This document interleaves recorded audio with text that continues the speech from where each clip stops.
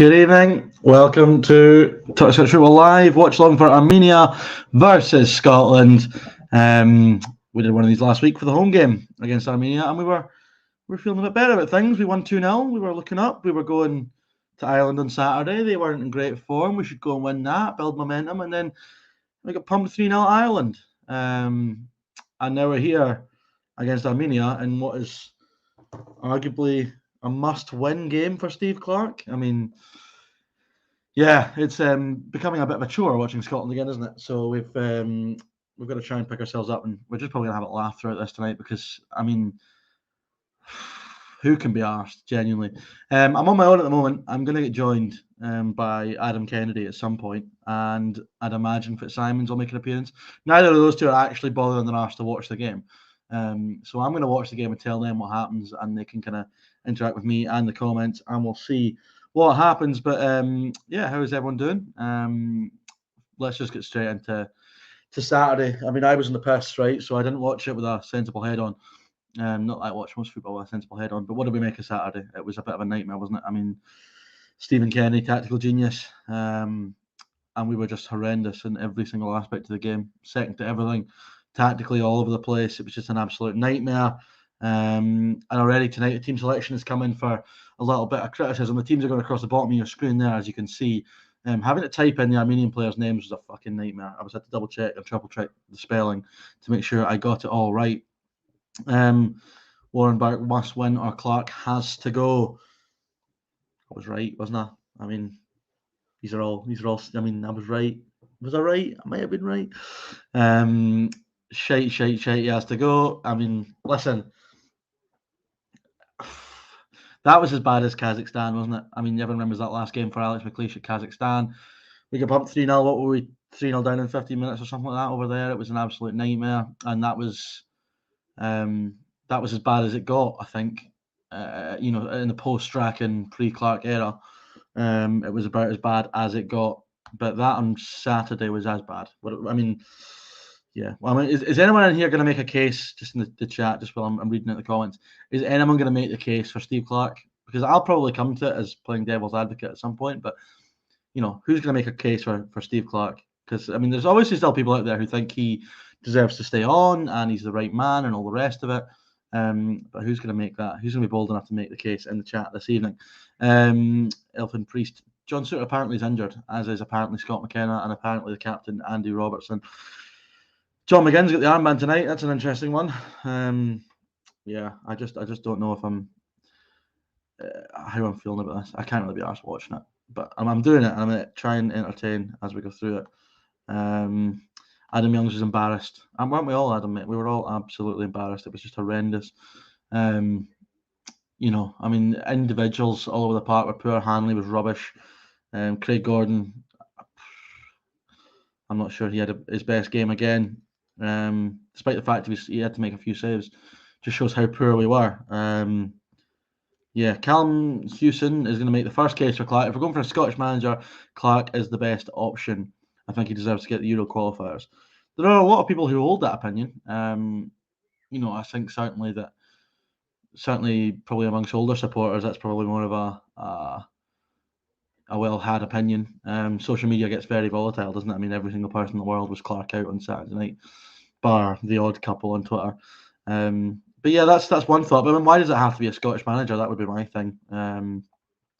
Yeah, Scott Doyle has a feeling that Clarke is resting Robertson after a long season for Liverpool. I mean, yeah, maybe. I don't know. Matt 17G, only manager to take us to a major tournament in 20 odd years, deserves a bit more respect and time. Yeah, it's a valid point. It's an absolute valid point. Yeah, I mean, you can counteract all of these points. I mean, I saw a thread. I think it was you and Cameron actually, who got made to look like a bit of a twat after he basically put up a thread analysing all Clarke's games since we qualified from the Euros up until now, and he was basically saying that we were shiting all of them, which is a bit of an interesting way to look at it. But there are loads of people who, even throughout the recent upturn in form, were still not sold on Steve Clarke. But yeah, when things are bad, you tend to look at things and go, Christ, I've been shite the whole time. I mean, in terms of like complete performances where we were, I just thought we were brilliant. I mean, you've got Denmark at home. It's probably the only one where I think we were actually brilliant. I mean, Israel at home, on another day we lose that game. 2 penalty shootouts to make the Euros. Flip of a coin stuff, isn't it, really? But no, listen, yeah, he's not going to. Listen, I don't think no matter what happens tonight, he's going to get sacked. I think he'll stay, even if we lose tonight. I think, unless it's like a 3-0. If we lose 1-0 tonight, I don't think he'll get sacked. I think no matter what, he's getting the Euros qualifiers. He's got the contract for that. So I think he'll kind of get that no matter what happens. But yeah, Aiden DUFC get Courts as manager. That's a talking point for today. Because I'd imagine, unlike the last live stream we did, we'll spend less time talking about Scotland and probably more time talking about everything else. So Tam Courts is away. Yeah, Aidan, what's your thoughts on that, mate? As a United fan, and is he off to? Where is it? He's off to again. Rijeka? Is that where he's going? Denmark game, they had nothing to play for when they did. Had something to play for. They battered us in Copenhagen. Yeah, that's another fair point. They did absolutely destroy us over there. There was the Austria games. We won 1-0 in Austria with a Dykes penalty. Austria at home, we drew 2 each. They were the better team. So again, though, but if things are going well, we make the case that saying, well, Austria are a good side. We battled back for a point tonight. We went great. Denmark at home, amazing. Wow. Israel, we got the job. I mean, you can make cases for different points based on kind of the mood we're in and the form we're in. But at the moment, it's an absolute shit show. And yeah, but I mean, the Nations League campaign is not over. It's hard. It's very hard to, I think, beat Ukraine twice or take 4 points from Ukraine, which we might have to do. But we've got to win every other game now. We've got to beat Ireland at home. We've got to win tonight, and then hope that we can do the business twice against Ukraine. Do I think that's going to happen? I'm not sure. Clark out, McLeish in. Yeah, there was a really interesting thing the other day, and someone was basically saying that Clark had carried on all the hard work done by Alex McLeish. I mean, yeah, McLeish era was pretty dreadful. I've got the wrong stadium in the background to this, I think. Have I not? I don't know. But it's a very picturesque week ground that Armenia play at. I have got the wrong stadium, but anyway, we'll just stick with it because I can't be asked to change it. But the team selection is interesting tonight. Obviously, we've got teams are just coming out of the tunnel as we speak. Is McTominay at centre half? I'd assume so. Hendry, I'd imagine, will play on the left of the back three. Gilmore comes back in as well. Probably a good game for Gilmore. Cathro, Ian Cathro. Aidan saying that he would try if we get Jack Ross. He's happy. He thinks Jack Ross is an upgrade from Tam Courts. I'm not sure there's many Hibernian fans that would agree with that comment, but we'll see. It does seem like it's the most obvious appointment ever for Jack Ross to get that job. Who do I think is the best option if Clark was to be sacked? Now, listen, I haven't actually thought about it too much, to be perfectly honest. But I'll just say one thing on this, that saying who would we get is a pretty terrible justification for keeping a manager. There's no point us going, well, he is shite, but who are you going to get? I mean, first of all, it's not my job to appoint the manager of Scotland. But we tend to look at the last 3 Scotland managers, right? They're the most boring and safe appointments and obvious appointments. Gordon Strachan, Alex McLeish, Steve Clark. We're showing no attempt to look out the box here at all with any of those last 3. I say last 3. I mean, before that, you had Levine and George Burley. They were hardly extravagant. I know we're all scarred by the Bertie Votes era, but Jesus Christ. I mean, not every manager of Scotland has to be Scottish. Let's just make that perfectly clear. But yeah, and I'm interested to see, obviously, John McGinn is captain tonight. Obviously, Andy Robertson constantly gets stick for, why the fuck's you the captain? And now it's John McGinn who's getting that tonight. But surprised. Well, I mean, I'm not, because I knew McGinn was vice captain, but you'd have to ask Steve Clark why he's picked these two. The Tartan Army are over in Yerevan. I was going to say in force. I don't know how many have travelled.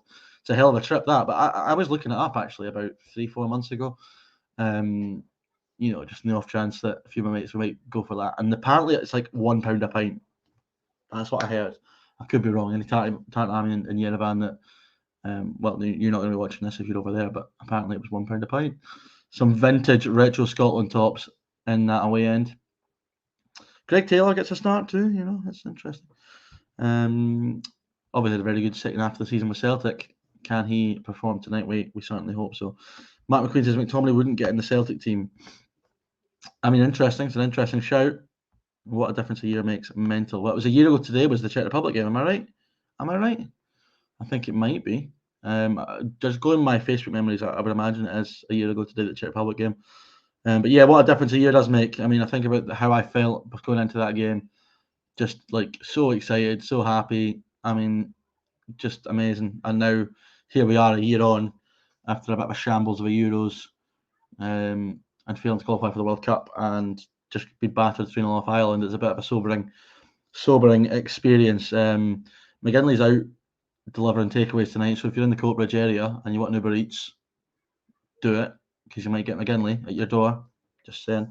And if you do, invite him in for a cup or something, you know what I'm saying? Just be nice to him. Think you need to boost it after this game, says Kean Sanderson. You're not alone, mate. You're not alone in that opinion. But I don't think it would have to be a bad defeat tonight for Just Eat. Have you McGinley, have you stopped the Uber Eats? Are you off Uber Eats now? Because you used to be on Uber Eats. What's happened there? The Czech game broke my heart. Well, yeah, it was a hellish feeling after that one. I am getting guests on Mark McQueen. They're coming, mate. Don't worry, it's not just me. Kendo should be here pretty soon, I would hope. And then Fitzsimons will make an appearance at some point when he can be asked, coming out and talk to you all. I think Tam Court is going to a Hungarian team who finished 10th out of 12. Interesting. Awful money. See, don't work for Uber Eats. Just Eats where it's at. Joseph Coyle says, hello from Fuerteventura. Hello, how is Fuerteventura? I'd imagine it's very warm. Apparently Yerevan's very, very warm as well. Armenia, where actually is Armenia? It must be near. Is it near Kazakhstan? Is it in that kind of area? Christ almighty, we're going to have a Kazakhstan 2.0 tonight, aren't we? Wow. Anthems have been sung. We're not far off getting ready to go. I don't have a delay on my stream watching the game because I'm watching it on the telly. We've got Premier Sports just because of the Scotland game's been on it, so that there shouldn't be any spoilers in the chat in terms of goals. So we're looking forward to that. I don't. Well, are we looking forward to that? I don't know. Maybe a spoiler would be quite fun. Doing the coin toss just now, and then we're almost about to get underway. I don't know who the referee is. I don't particularly care either way. Armenia is just to the east of Turkey. Oh, interesting. So it will be very warm over there. I was of the opinion that Clark deserved the chance to get KT back to see if he could turn it around, but tonight's squad just broke me. Constant picking of favourites, showing no sign of change. Cammy, who would you have picked instead? What changes would you have made to the team tonight, just out of interest? I saw a couple of tweets about raging about the midfield, but I mean, are Alan Campbell and Lewis Ferguson better than Billy Gilmore and Callum McGregor? I don't particularly think so, but we'll see. It's not the place that Rangers played that European qualifier. What qualifier? I don't know. It might be. Any Rangers fans that are watching, they could tell us. Harry Suter and Martin Boyle are going to the World Cup. Did you see the video of the goalie, the Australian goalie, dancing around like a madman? That was very entertaining, I have to say. Lee, good evening. How are you? Nice to see you. Going to pause it. See, that's the way to do it. If you know. Oh yeah, because the YouTube will be slightly delayed, but me actually watching it won't be delayed. Yeah, so we're about to get underway. Alishkert. Well, it could be them actually. Yeah. Was it not Celtic that played them? Or did Rangers play them? I could be wrong. Warren would have had Hickey in over Greg Taylor. Yeah, Greg Taylor deserves a chance. He's only one of the fullbacks that hasn't played yet in this Nations League campaign, or this run of fixtures. The game is underway. Shea Adams lays it back to Billy Gilmore, and we're underway in Yerevan. There was a question there. I can't find the comment now. Who would I have partnering Shea Adams up front? I don't know is the answer. I'd like to. I find it mental that Ross Stewart hasn't got the nod tonight. Or even Jacob Brown. I mean, what's the point in having these boys? I just don't get it. And I know he's got to play what he thinks is his best team to win this game tonight, but it is Armenia. These were god awful, absolutely god awful at Hampden. And I know they're better at home. I've heard that, but still, surely we could have given Brown or Stewart a go tonight. But yeah, I can't imagine this is going to be a great watch, if I'm honest, boys and girls in the chat. Armenia on the attack immediately, but is out for a goal kick. I'm not going to the World Cup. No, none of us are going to the World Cup. Okay, and even if we're qualified, I doubt many of us would be going. Kieran's made a great point here, and it's something I said after the Ukraine game. Without Kieran Tierney, a back three is absolutely pointless. just don't get it. Don't get it at all. The system seemed to be to get Tierney and Robertson in the same team. And listen, it works really well, actually, when they're both playing. We do seem to get the best out of both of them. But I think he's just going to make a really tough decision and go that we don't need to play 3 at the back. I don't know, there's a stoppage there. I don't know what the script is. 2 balls in the park or something. Steve Clark and John Carver looking very despondent is probably the word. I don't know if that is the word. Don't know if the team I would have picked because then just can't say, but McTominay and Hanley. Yeah. I know the McTominay one's interesting. I feel like Clark thinks he's got to have McTominay in his team and therefore has to find a spot for him in the back line. But I mean, I know that I'm praising the Tierney stuff, and Tierney does do well at left centre half. But when you play 3 centre halves and you've only got 1 centre half, is it really the right system? I don't know. But yeah, Jack Hendry incidentally is at the left of the back 3 with McTominay to the right. But you can already see that the Armenians are going to push up a lot more than they did at Hampden. At Hampden, they were happy to sit basically in their own box and keep Scotland out for as long as they could. But tonight they're pressing into Scotland's defensive third and really try to get in our faces. So we've got to find a way to overcome that. Hopefully there'll be some space in behind for Adams to run into if they keep this up. But at the moment, it's the Armenians that have started the better of the two. McTominay heads it into Gilmore, plays a lovely ball wide to Nathan Patterson, who doesn't reach it and it goes out for a throw. A nightmare. Yes, McKenna is injured. McKenna, Suter and Robertson are all allegedly injured. Yeah. Well, I mean, did he win it? I mean, he won it for a championship side. I mean, they're a Premier League side now, right? But let's not act like he was playing in the Premier League. But yeah, it is kind of hard to believe. Even harder to believe that Joe Worrell was beside him throughout that season. That they did very, very well. The two of them, ACP reckons that Greg Stewart, Ross Stewart, I almost said Scott Stewart, I don't know who he is, should have got a game. When we played a team, yeah, I know. It is. The thing is with Scotland is when things go badly, you can pick holes in so much because there's such a large pool of players to pick from. That I mean, the Ryan Gauld shouts for years I've never been sold on him because I haven't watched him play much, but he's been one that people have asked for years. Armstrong with a chance and it's blocked. Good bit of play from Stuart Armstrong there. Scotland are finally coming forward now, but yeah, there's such a large pool of players and everyone's got their favourites. Johnny Russell's another one I'm seeing lots of talk for because he's been on fire in the MLS for the last year pretty much. Warren Burke makes a point that someone I would have picked in my squad was Stephen Kingsley because I just think if Tierney's not playing, I'm not saying Stephen Kingsley's anywhere near as good as Kieran Tierney, by the way, but he is about as similar as we're going to find in terms of, he's a goal threat for a start. He's left-footed. He's got to pick a pass, good cross for the ball. And he can make things happen from that left centre half role. So I thought he would be. And there's Kendo there. I didn't even know you were there. Hello, evening. Hi, mate. We all right? How long have you been there? I wasn't even paying attention. Just a couple of minutes. Minutes. I'm all right. How are you? I've been better, but I'm gonna have to talk you through this game because you're not watching it. I've already told the people that you asked watching it. No, it's just when you see the team, it's quite uninspiring, isn't it?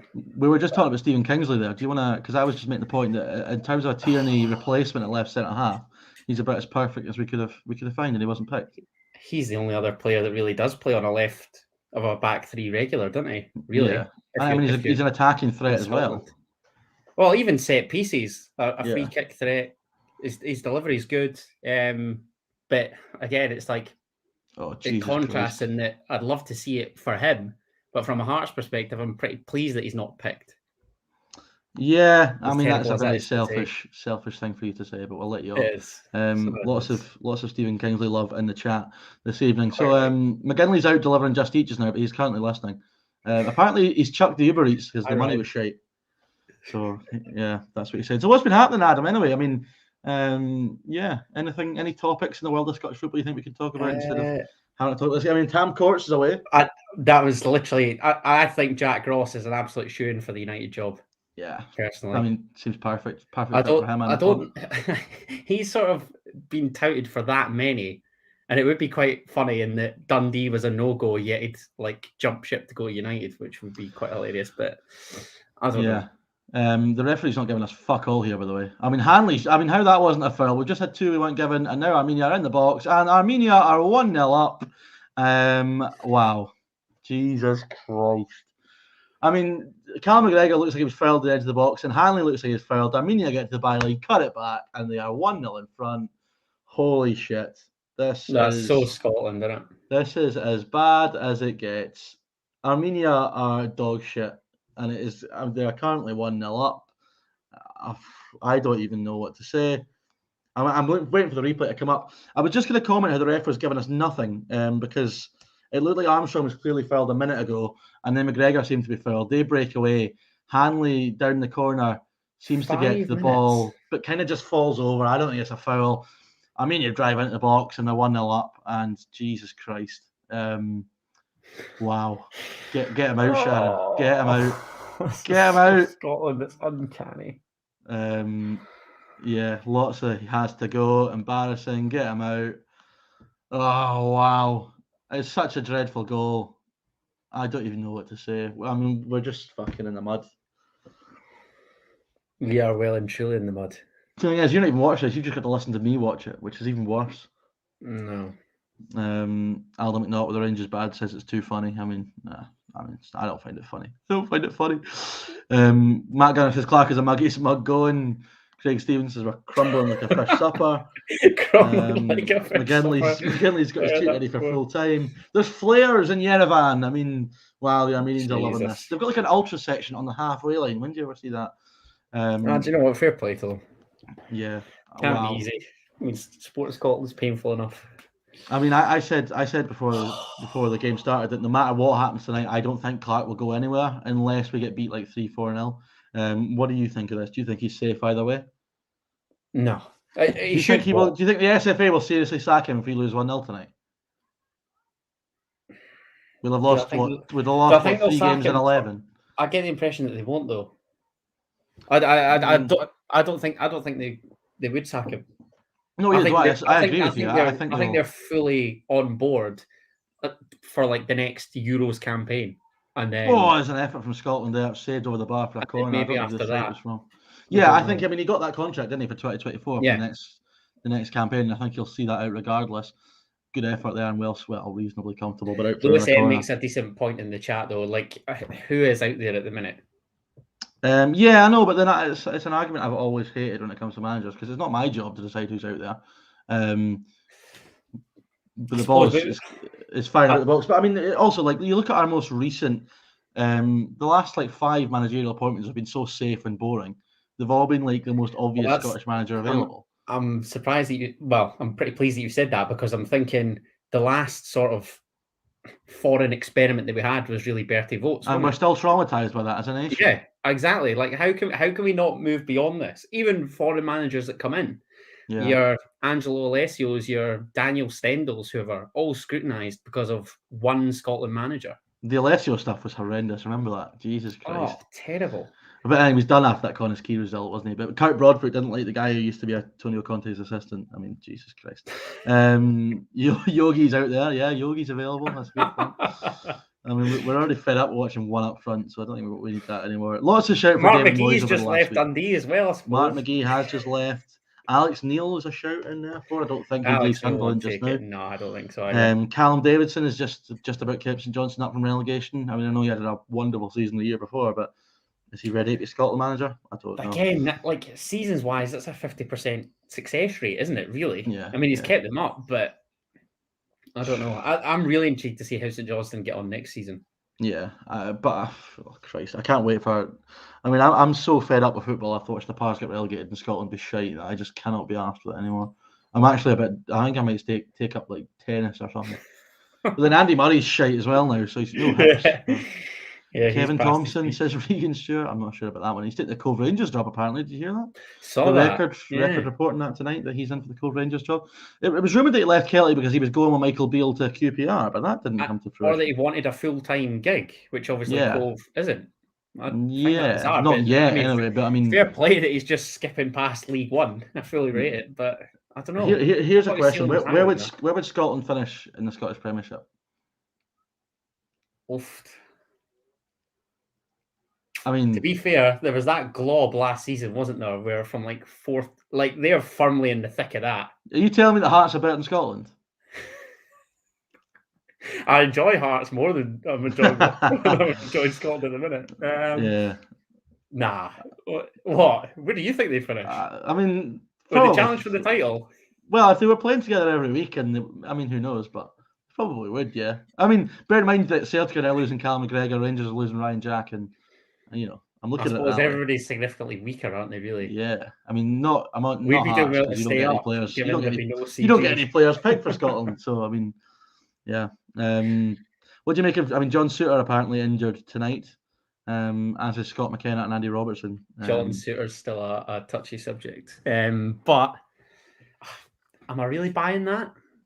I don't know. I think the funny thing that's emerged recently has been the talk of when Scotland were in such a good place that so few folk were willing to pull out. We lose a couple of games, and now all of a sudden it's someone's picked up an injury. Yeah, exactly. So I don't know. I mean, John Souttar should never, ever have been dropped for the Ireland game. He should. He was fantastic against Armenia. He should never, ever have been dropped unless he was superb in the cup final as well. Yeah, it doesn't. And that was his first start since February, March. I think he probably is our best centre half. If I'm honest, I've always rated him. Yeah, I thought it was mental. We've chopped and changed the back three so much. How can you have any consistency if you change the defenders so often? I mean, we've used Cooper, McKenna, Hanley, McTominay, Hendry, Souttar. How can we have any consistency? I don't really understand it. No, and everybody brings up the point about Grant Hanley, that he performed well for Scotland when he was in the Championship and Norwich were getting promoted. And yet, as soon as they're getting relegated and they're conceding barrel loads each week, his morale is bound to, take a dent and a hit and whatever. So, I don't know. Who would be your ideal first choice? But it wouldn't be a back three. But I mean, assuming it's going to be, it would probably be. But this is the thing, because he's so stubborn as well. Because it's the only way that we shoehorn Robertson and Tierney in, isn't it? So, I mean, at the moment on form, I'd probably go Souttar, McKenna, and Tierney. But I'm not overly sold on Scott McKenna as an international footballer. But he has been. Him probably in the middle. In the middle would be my thinking. I'm not playing. I don't see the point in playing Scott McTominay at right centre half. He's not a centre half. I just don't get it. I think Clark feels like he has to play him in the team, which I don't really get either. I think just because he plays for Man United doesn't mean he has to play for Scotland. I thought we'd move past all this as well. But it's what I said earlier though. When you start losing, these things all come back up to light. Yeah. When you're winning, nobody gives a shit. That's true. But then a Scotland squad should be made up of players that are playing, week in, week out at top clubs. Yeah. Che Adams tries over the kick. It drops. His chance. It's 1-1. Stuart Armstrong with the goal. Christ. Ball played into Che Adams, and he tries an overhead kick, completely scuffs it into the path of Stuart Armstrong, and the Southampton connection come good for Scotland. And it is Armenia 1, Scotland 1. You forgetting that goal against Denmark? Because that was a good bit. Was that assisted by Armstrong, was it? It was Armstrong, yeah. Was it? Yeah. Armstrong got subbed on towards the end. Adams goes to take a touch, fluffs his bicycle kick, drops right to Armstrong, who fires at home, and it's 1-1. Thank God for that. Now let's get the finger out of Scotland and just get fucking 3 points on the board, please. But I think it's vital we've got that goal so early, because see, if this had gone on for ages, it's just going to get, if that had got to see like the hour and it was still 1-0. And everybody gets that a little bit more twitchy. Yeah. So, it's been a decent response to their goal, to be fair. And we should go on and win this now, because I think these are just not very good. That's the big concern, isn't it? As soon as we go behind, I didn't want to say it at the time, but my worry was the lack of apparent goal threat. But that's fine. This is another thing we talked about earlier before you joined. It was who would you partner up front with Che Adams? That was the question. I mean, I thought Ross Stewart was destined to start tonight, but obviously not. It's a lot of pressure, though, isn't it? But is it? When else is he going to play?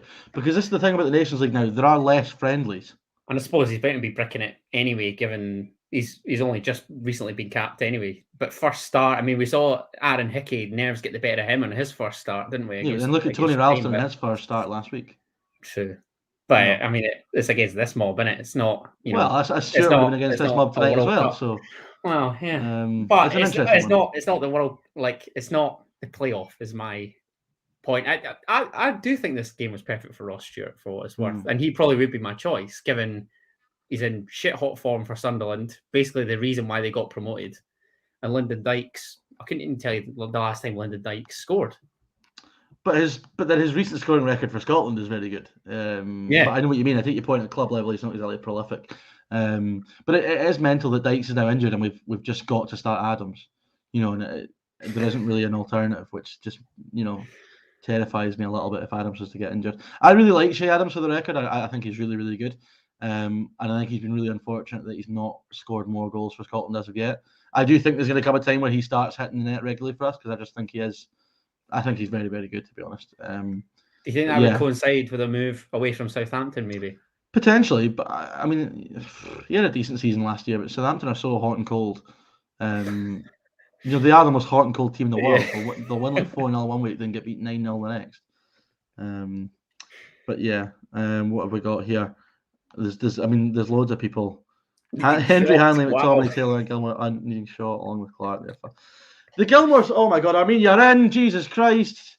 And it's 2-1 to Armenia, and the flag is up. The flag is up. Everybody calm down. This is horrible. The flag I need to get hooked up with a stream. It's that wee curly-headed guy who was an absolute pain in the arse last week. VAR will check this, incidentally. Let's have a look at this here as the replay is on. The flag was up, and he is offside. Yeah, so that's okay. Thank fuck. But it was for a second there. It was 2-1. It looked like McTominay had done enough, but then he just lost it. Gordon was on his arse like a plate past him. But what do you make of Craig Gordon? Because he's taken a bit of stick over the last couple of games. No, I'm not having it.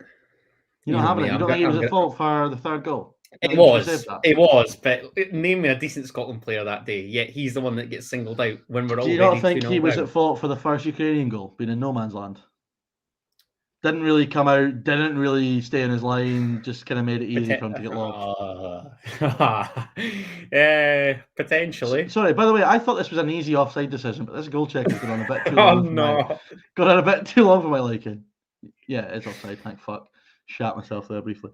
It's just the constant. I mean, I see it all the time with Celtic fans with Craig Gordon on Twitter. It's almost like Celtic blew something really significant when they allowed Craig Gordon to return to Hearts, but I can't quite think as to what that would be. Yeah, I mean, the comments they're going to kill you for that one. Goal kick was just blooted off Adams, but it's gone up the pitch. Armenia are in again, and it's 1-on-1, and Armenia are probably going to score. And what a tackle by Jack Hendry! Jesus Christ, it should be 2-1 to Armenia. It's just another long ball over the top. He was in 1-on-1. Here they come again. It's a chance, a low effort, and it's saved by Gordon. Jesus, wet. How are we under the course against this mob? We are getting absolutely battered off this mob just now. What is going on? Again, I mean, how many times this happened in this break? One ball over the top, and they're in. He's goal side of Hendry. Hendry does very well, to be fair, to stop him scoring, but he should have scored. It should be 2-1. Wow. This is just woeful. I can't take my eyes off it because Scotland are going to concede every time I fucking do. Oh, Adam, I wish you were watching this to share my pain. I'll need to try and find a restream, I think, but chances. There's now a yellow card come out here for an apparent elbow, and it's a yellow card for Che Adams. Did you watch the game last week against Armenia? Because it was quite a feisty game. I mean, there was lots of bad blood, lots of needle in that one, and it seems to be. I was listening to you lot, if I'm honest. I didn't actually have it on. Che Adams was booked here. He's looking at the ball. It's just he's caught him, but it's nothing more than a yellow card. I think it's a harsh yellow card actually. If I'm honest, he's just jumped naturally as you would do with your arms in the air and caught him, but it's a booking for Che Adams. What a fucking what an open 20 minutes, and here come Armenia again. McTominay as well. But Jesus Christ, I would be amazed if this is the last they score tonight. Which is filling me with a fear. Did Ukraine not take quite a long time to score against them on the weekend?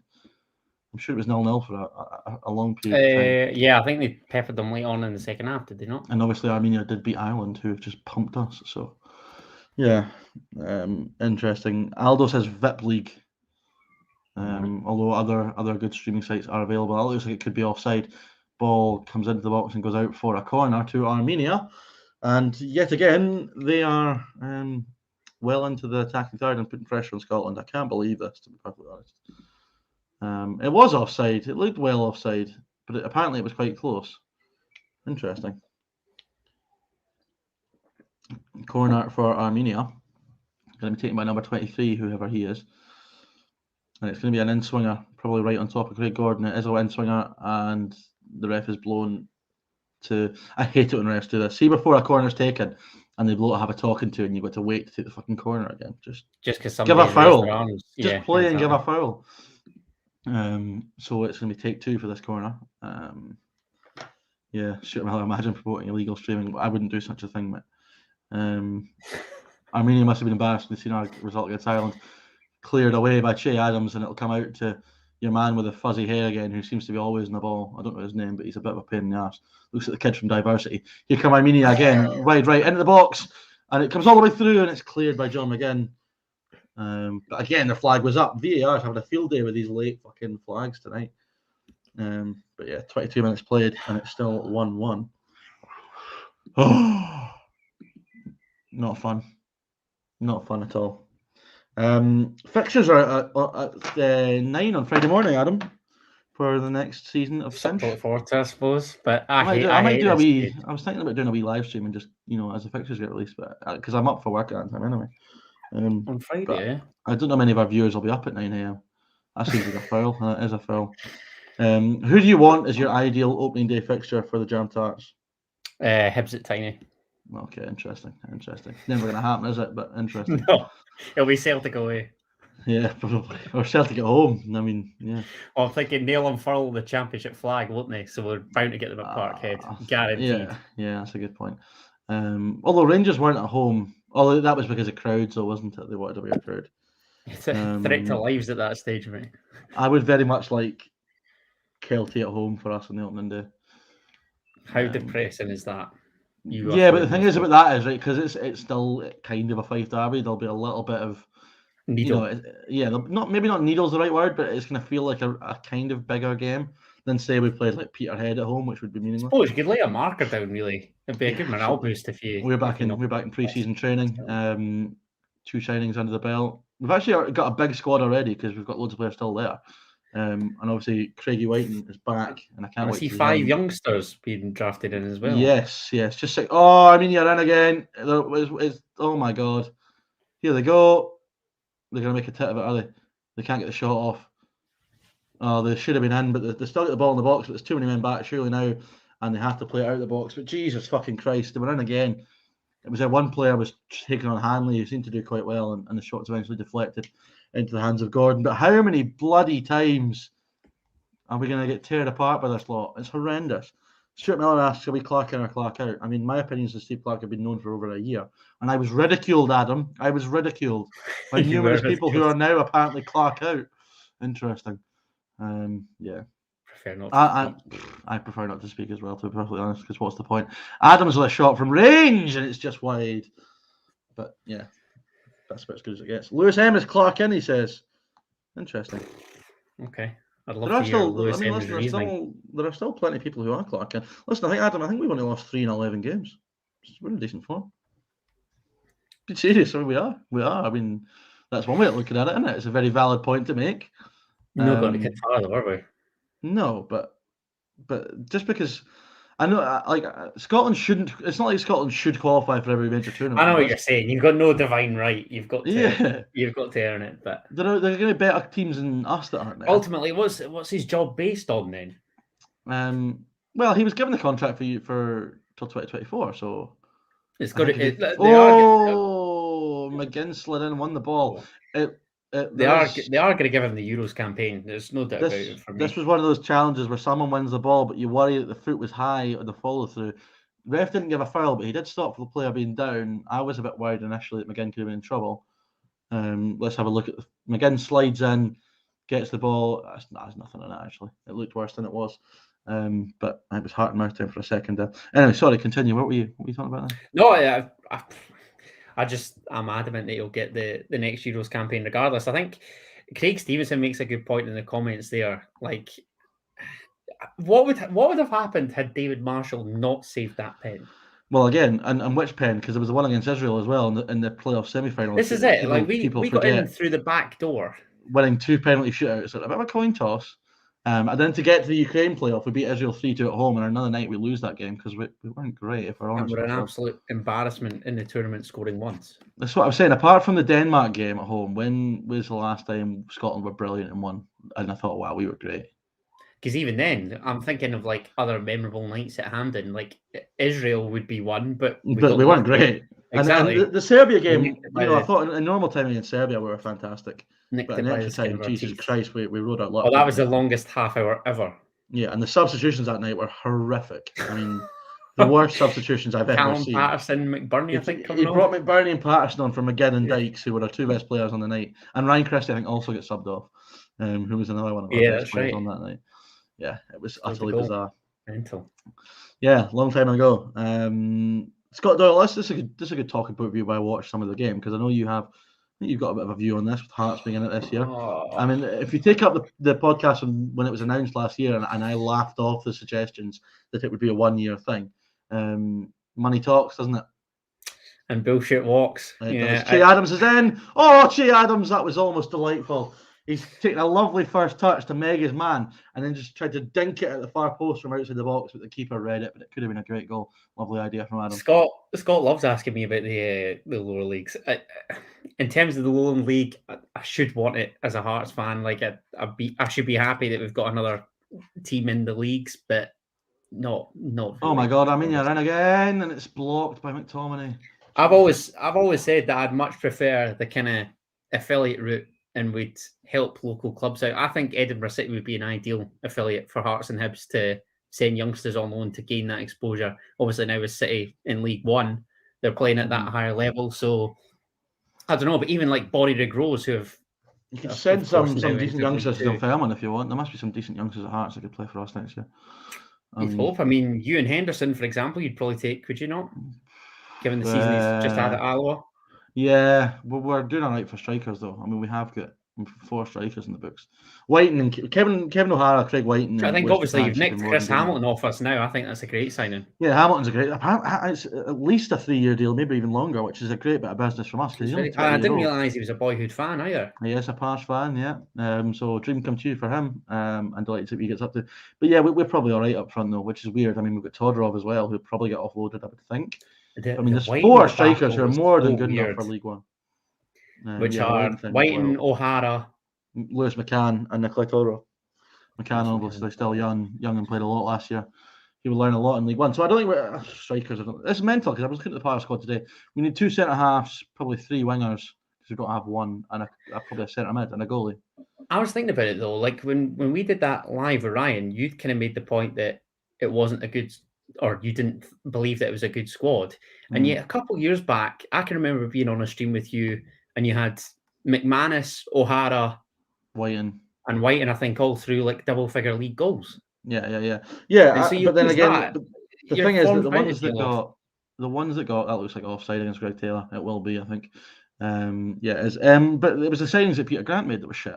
Do you know what I mean? The actual ones that Crawford made were still fine. And like O'Hara, Whiten, and that, these guys don't become. Aaron Comrie was player of the year before. These guys don't become bad players. They've had bad seasons. I'm not denying that, but you don't become a bad player overnight. And League One will be a lot easier for these guys to rediscover their confidence. So, yeah. But anyway, enough on Fairman chat because nobody wants that, least of all me. Yeah. Well, what we're saying in the chat here. Anything else that's catching my Ian eye? Sanderson, I hope you're not disrespecting Alan Forrest.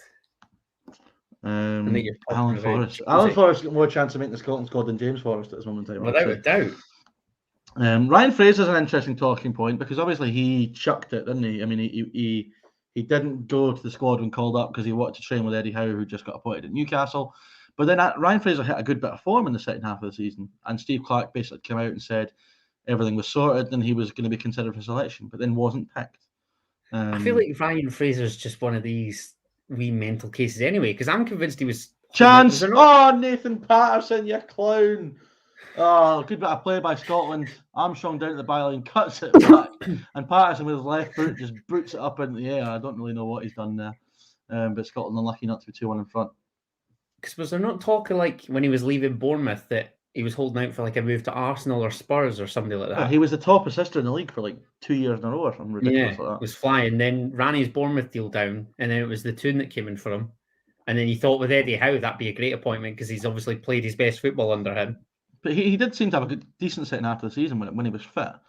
As Newcastle's form, like it all seemingly coincided. I think Ryan Fraser's a decent option for the Scotland squad because he's got pace and we don't have many players with pace. So I mean that's kind of. But you don't think like Newcastle's transfer activity in the summer, if he'll need to be playing regularly.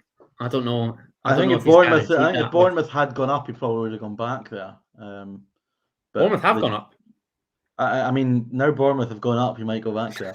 I fucking forgot they went up. Who was it? Nottingham Forest beat the playoff final. Fulham, Bournemouth, and then Forest beat Huddersfield. Oh, right. Okay, sorry. Yeah, that's why we call it Talk Scottish Football, not Talk English Football. There's a booking for one of the Armenian players for a bit. We certainly can't call it British football. Jesus. Well, the Armenians are raging with this referee who's just booked one of their players. I don't know if it's for time wasting this early on, but there's a bit of needle with this fella.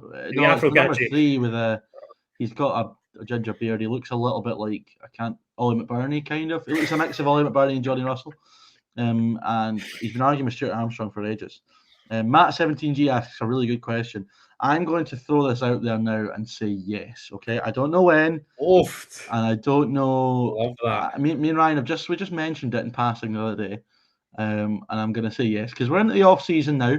The next few weeks are probably the perfect time to do that, but I will say yes right now, and I'll give you further details at a later point. Adam, when's the next pod coming out? Can we get one recorded tomorrow? Can I put you in charge of making sure we get one recorded tomorrow? I mean, I'm working tomorrow. Oh, for fuck's sake. Just for the chat, this is what we've got to deal with. For chat, I get an inside view. 5:30. So I mean, a wee night recording, no? A wee night recording could be an option tomorrow night. Yeah, that works for Daddy Div. I'm off Thursday if Daddy Div fancies it. We'll throw the gauntlet down to Daddy Div and one other, maybe McGinley if he's not delivering just eat. But yeah, we'll put it in the chat. McGinley and Div have been the regular crew, and I love them. They're regular, and fuck me. The last pod was like a month ago, and I was on it. I suppose, yeah. We're not. McGinley needs time off because he was the only ever. We can't let you, McGinley and Dev, keep going because we get fucking 2-hour shows, and poor Ryan has a heart attack trying to edit it. But yeah.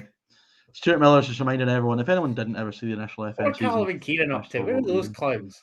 Oh, just on the pints, probably. Don't know, actually. I've not spoken to either of them in a wee while. Daddy Div is sus. Well, I mean, he's got a kid, so, ACP with the best comment of the night. Oh, my God, Armenia, we're almost in again! They were wanting a foul against Grant Hanley for last man, and I just shit myself. It's hard because I can't hear the commentary, so I don't really know what's happening. ACP, for what it's worth, I really hope Hearts don't get to another Scottish Cup final if they put another pathetic performance as they did against Rangers. That was just pain. Lots of talk about the original FMC. I don't know. What's Cole Palmer up to? Remember him? Jesus Christ. I mean, it was the best bit of content I've ever been involved in. I'll never beat them. That was unbelievable. Because I think that was just prior to me coming on. And I was like, yeah, Jesus probably. Christ, that was absolutely booming. We would do like 7-hour long streams. We'd start at like 9 a.m. and be on till like 2-3 in the morning. And the view, we'd still have like 1,000 people watching at 3 a.m. It was nuts, absolutely nuts. Peak lockdown, nobody could sleep, and yeah, it was good. I loved every minute of it, to be honest. We'll bring it back, but I don't think we'll be streaming for that long. I'll tell you that for free. I did predict. I signed John Lundstrom for Rangers. You're right. That's a good point. Thing is, I'm not sure I can be asked having to do the whole charade of me singing the Penny Arcade, coaching Rangers in the FM. Do you know what I mean? Like, I was going to say, you weren't singing the John Lundstrom song, were you? You weren't claiming that he was the best on earth. I've been there and done that now. I don't know if we'll do Celtic and Rangers if we do another FM. We might do different teams. But yeah, we'll see. You could go the Pars and Ryan could go Falkirk in League One. Yeah, I had Eddie. He's right. I had Eddie Nketiah and Curtis Jones. Ryan doesn't have the footballing knowledge to be able to go Falkirk in League One. Let's be perfectly honest. He doesn't have a fucking clue about that level. And McGlynn ball can be in full flow. Exactly. Free kick to Scotland. John McGinn plays it to Billy Gilmore. Comes to the byline, cuts it across, deflected for a corner. Nice set piece move, and I think is that a corner? I hope so. Yeah, it is. He didn't see. Listen, everyone forgets that I came back and won the league the year after. You know, everyone forgets that. Keane Sanderson with a shout for Johnny Russell in the September squad. Did you see his free kick the other night? Jesus, wept. He's a Kansas City icon. He's like the new Mo Johnston, man. He's been absolutely flying for about a year. He's been unbelievable. Fair play to him. But like, again, I heard Craig Beattie talk about this. Like, if the SFA are flying him over first class and he barely gets on, like, is it worth the dough? It's terrible to say, but fuck me. I mean, just get Ryan Gauld on the plane as well, and then we're doubling up. I suppose, but yeah, have Gauld. Although I'm forgetting how far away fucking Johnny Russell over to Vancouver. It'd be fine. I was going to say Kansas City and Vancouver are not exactly next to each other, are they? So yeah. I'm behind by the as well, 20 odd seconds. Let's just say any America and Canada-based Scottish players all simultaneously taking the flight over. I don't know how I can be behind when I'm watching it on TV. It's not that I'm behind; it's the YouTube, like the stream on YouTube's behind for you. You watching me watch the game, there's a delay there, not me watching the game. If you know what I mean. So you might have to pause your stream on YouTube to let us. Lewis Morgan as well is another shout. Forgot about him. Yes, forgot about him.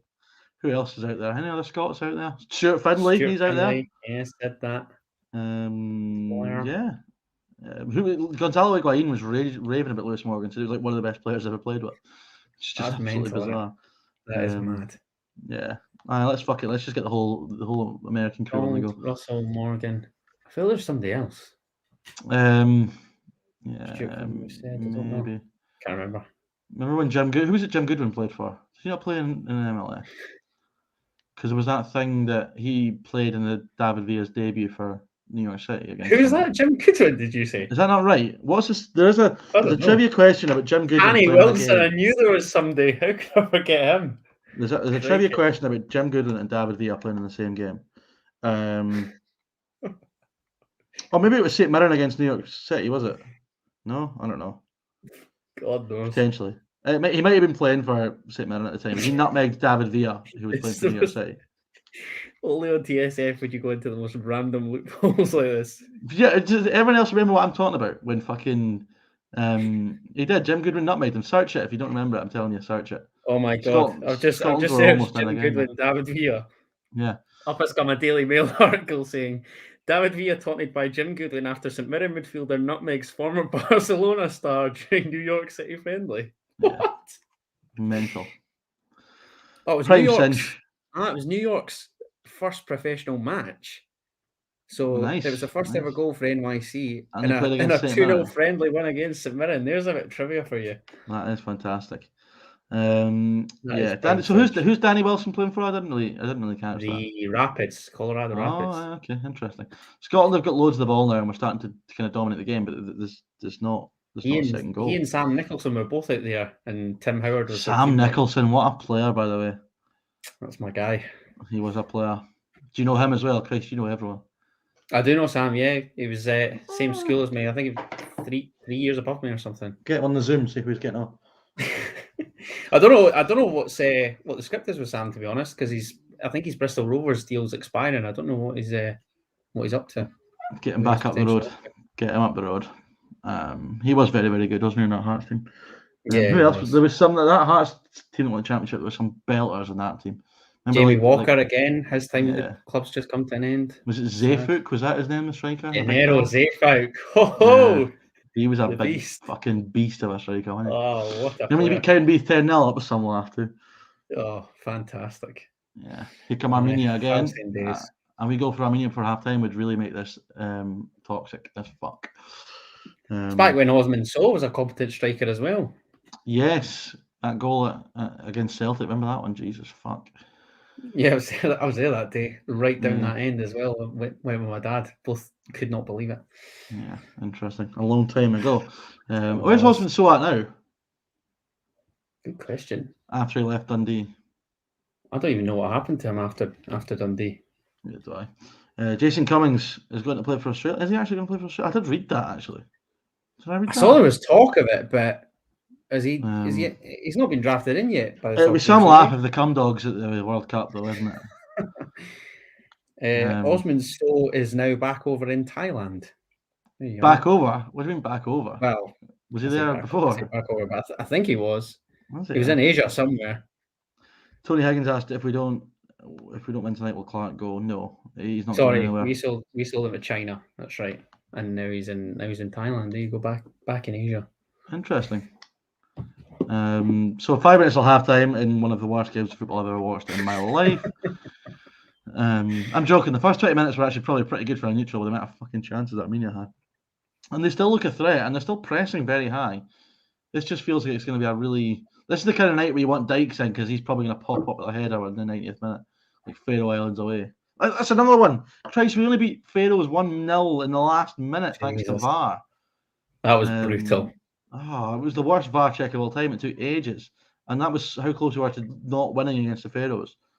You know, I mean, this is what I'm saying. Like, the finest of margins, had they gone the other way for Clark, he could have been in trouble a long time ago.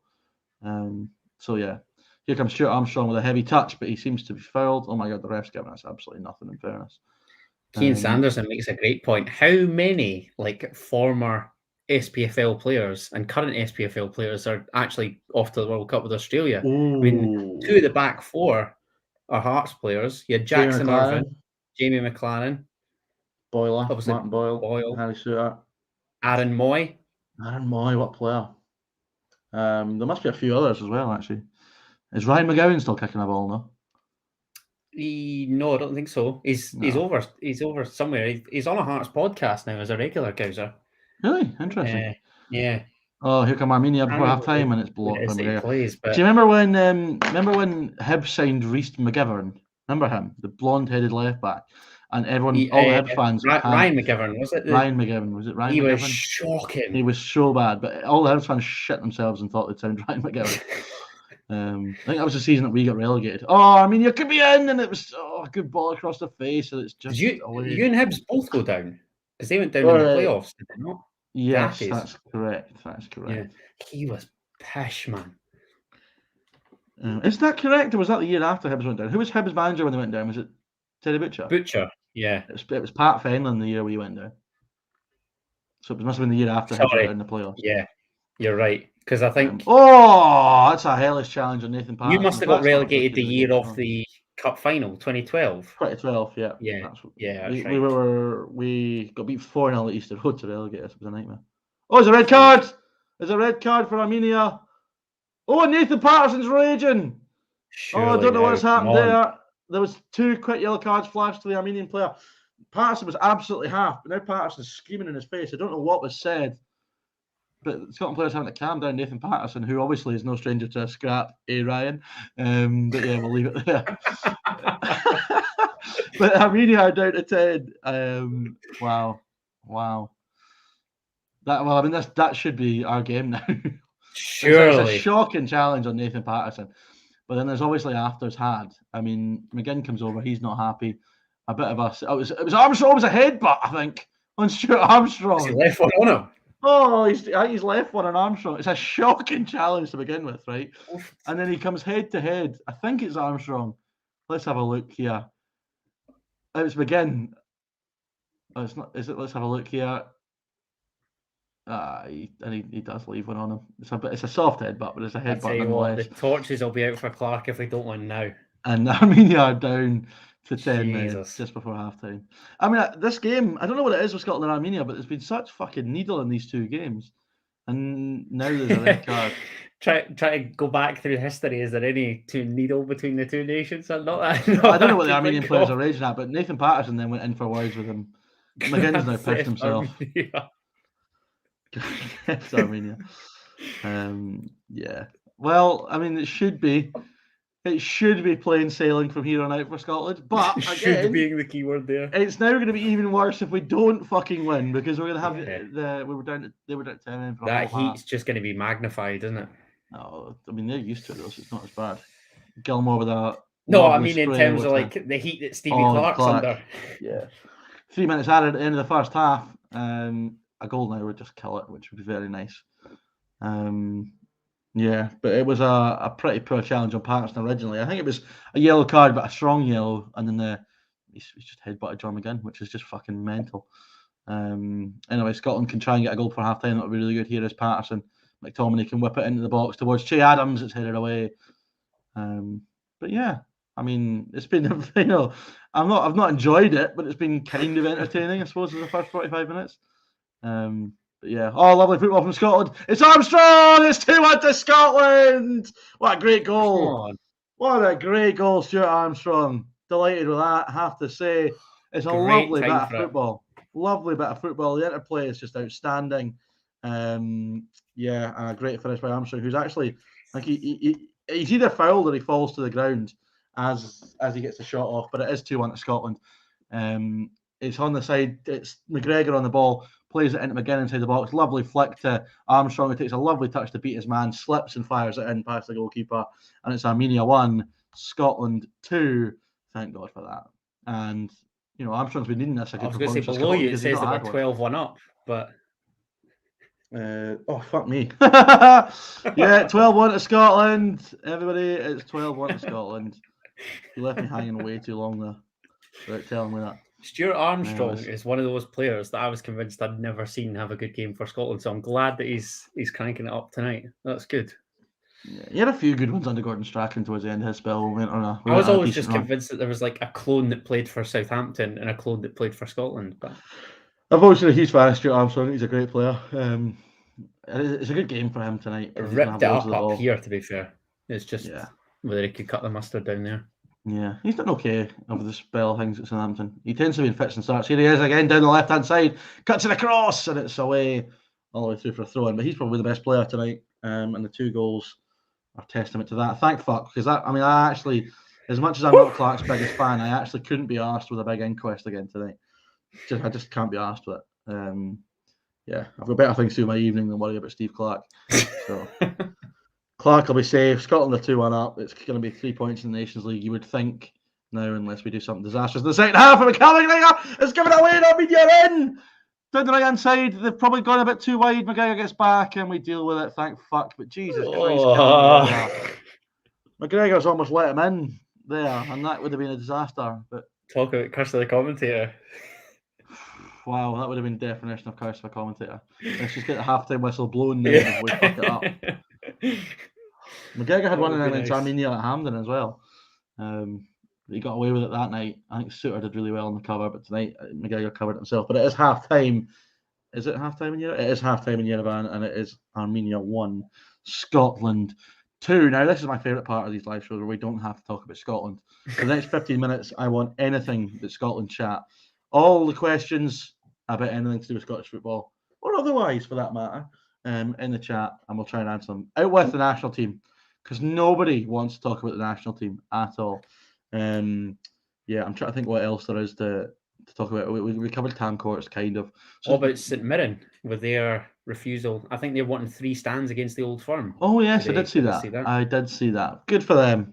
Good for them. Big fan of that. Yeah, St Mirren have had their attendances have grown, and since they got back up to the Premiership, they've kind of grown their attendances. They finally seem to be at home at the Smysa Stadium, whatever the fuck you call it. And they were performing well under Jim Goodwin as well. Tony Fitzpatrick obviously had the whole top 6 quote that I think's been chucked about, and it seems well laughed at them, but they've been there or thereabouts in terms of the battle for it. They've been unlucky the past few I think Stephen Robinson's going to have a decent. I think he'll do well. I mean, he had a tough time, but it's not his team. I think they had some decent results to when he came in, but I think when he gets a summer and he gets a chance to kind of change the squad, it'll be a bit better. Some shrewd signings already. I think Trevor Carson's gone there, Mark O'Hara, so a couple of the boys that he's obviously worked with previously at Motherwell. It's loads of expert because they've still got Richard Tate, haven't they? Charles Dunn. Yeah, loads of ex-Motherwell players there. Kieran Anderson with Calvin Ramsey opinions. He's obviously looks like he's off to Liverpool for £4 million that we're talking about, will they not? Something like that, I think. Yeah. Which will probably cover cover Aberdeen not being in Europe. That money, so it's good business for Aberdeen in that sense. Do you think they'll try and loan him back? Yeah, my thing about this is, I mean, Liverpool have got Nico Williams, who's just had a great season at Fulham and is playing really well for Wales. Is Calvin Ramsey better than him just now? I mean, probably not, I would say. I would assume that Aberdeen are doing everything in their power to allow him the move and then loan him back for a season or two. You would think, but I don't know. It will be interesting to see. Paul Muir, what positions do Rangers need to strengthen centre half? It's got to be a centre half. I mean, they've got.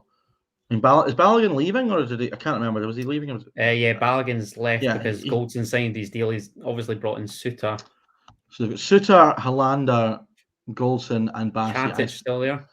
Katic is away, I'm pretty sure. But he's still going to play anyway.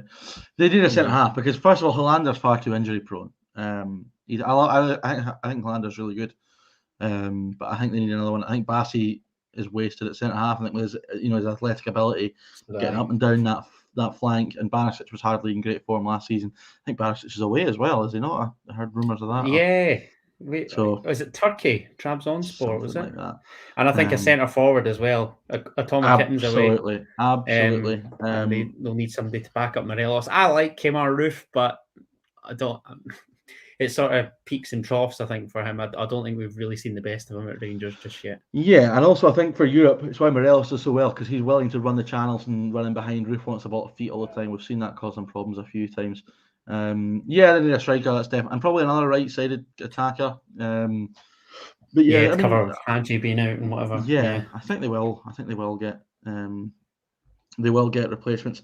Did you see the snake? Kerr McInroy. Did see that. Ayr United has gone to Kilmarnock. 2-year deal, was it? Yeah, I'm amazed, to be honest. He was at Dunfermline, you'll remember, the season before last. And did really well at Ayr, to be fair. He did really well at Ayr. He was okay at Dunfermline. His best game was probably that game against Hearts, so we won in the opening. Not the opening, but it was at the start of the season. Yeah, but he was never that great. I'm not convinced he's Premiership quality, if I'm honest, but we'll have to wait and see. Neither. I thought a move to Dundee would have maybe been on the cards. I thought that seemed to be like the kind of next real staple for him. But yeah, surprised that I don't know if he's gonna walk into the Kelly team per se, but he's only 21, I think, as well, and he's picked up a load of experience in the lower leagues. So good luck to him. Someone said 10 million Aberdeen want. I heard the deal was 4 million. Let's just do a bit of Googling here. I saw 4, maybe 6. 4 was the figure I remember seeing. Maybe that was what the first offer was then, perhaps. Aberdeen want, Sky Sports Aberdeen want 10 million. I mean, that's never going to happen.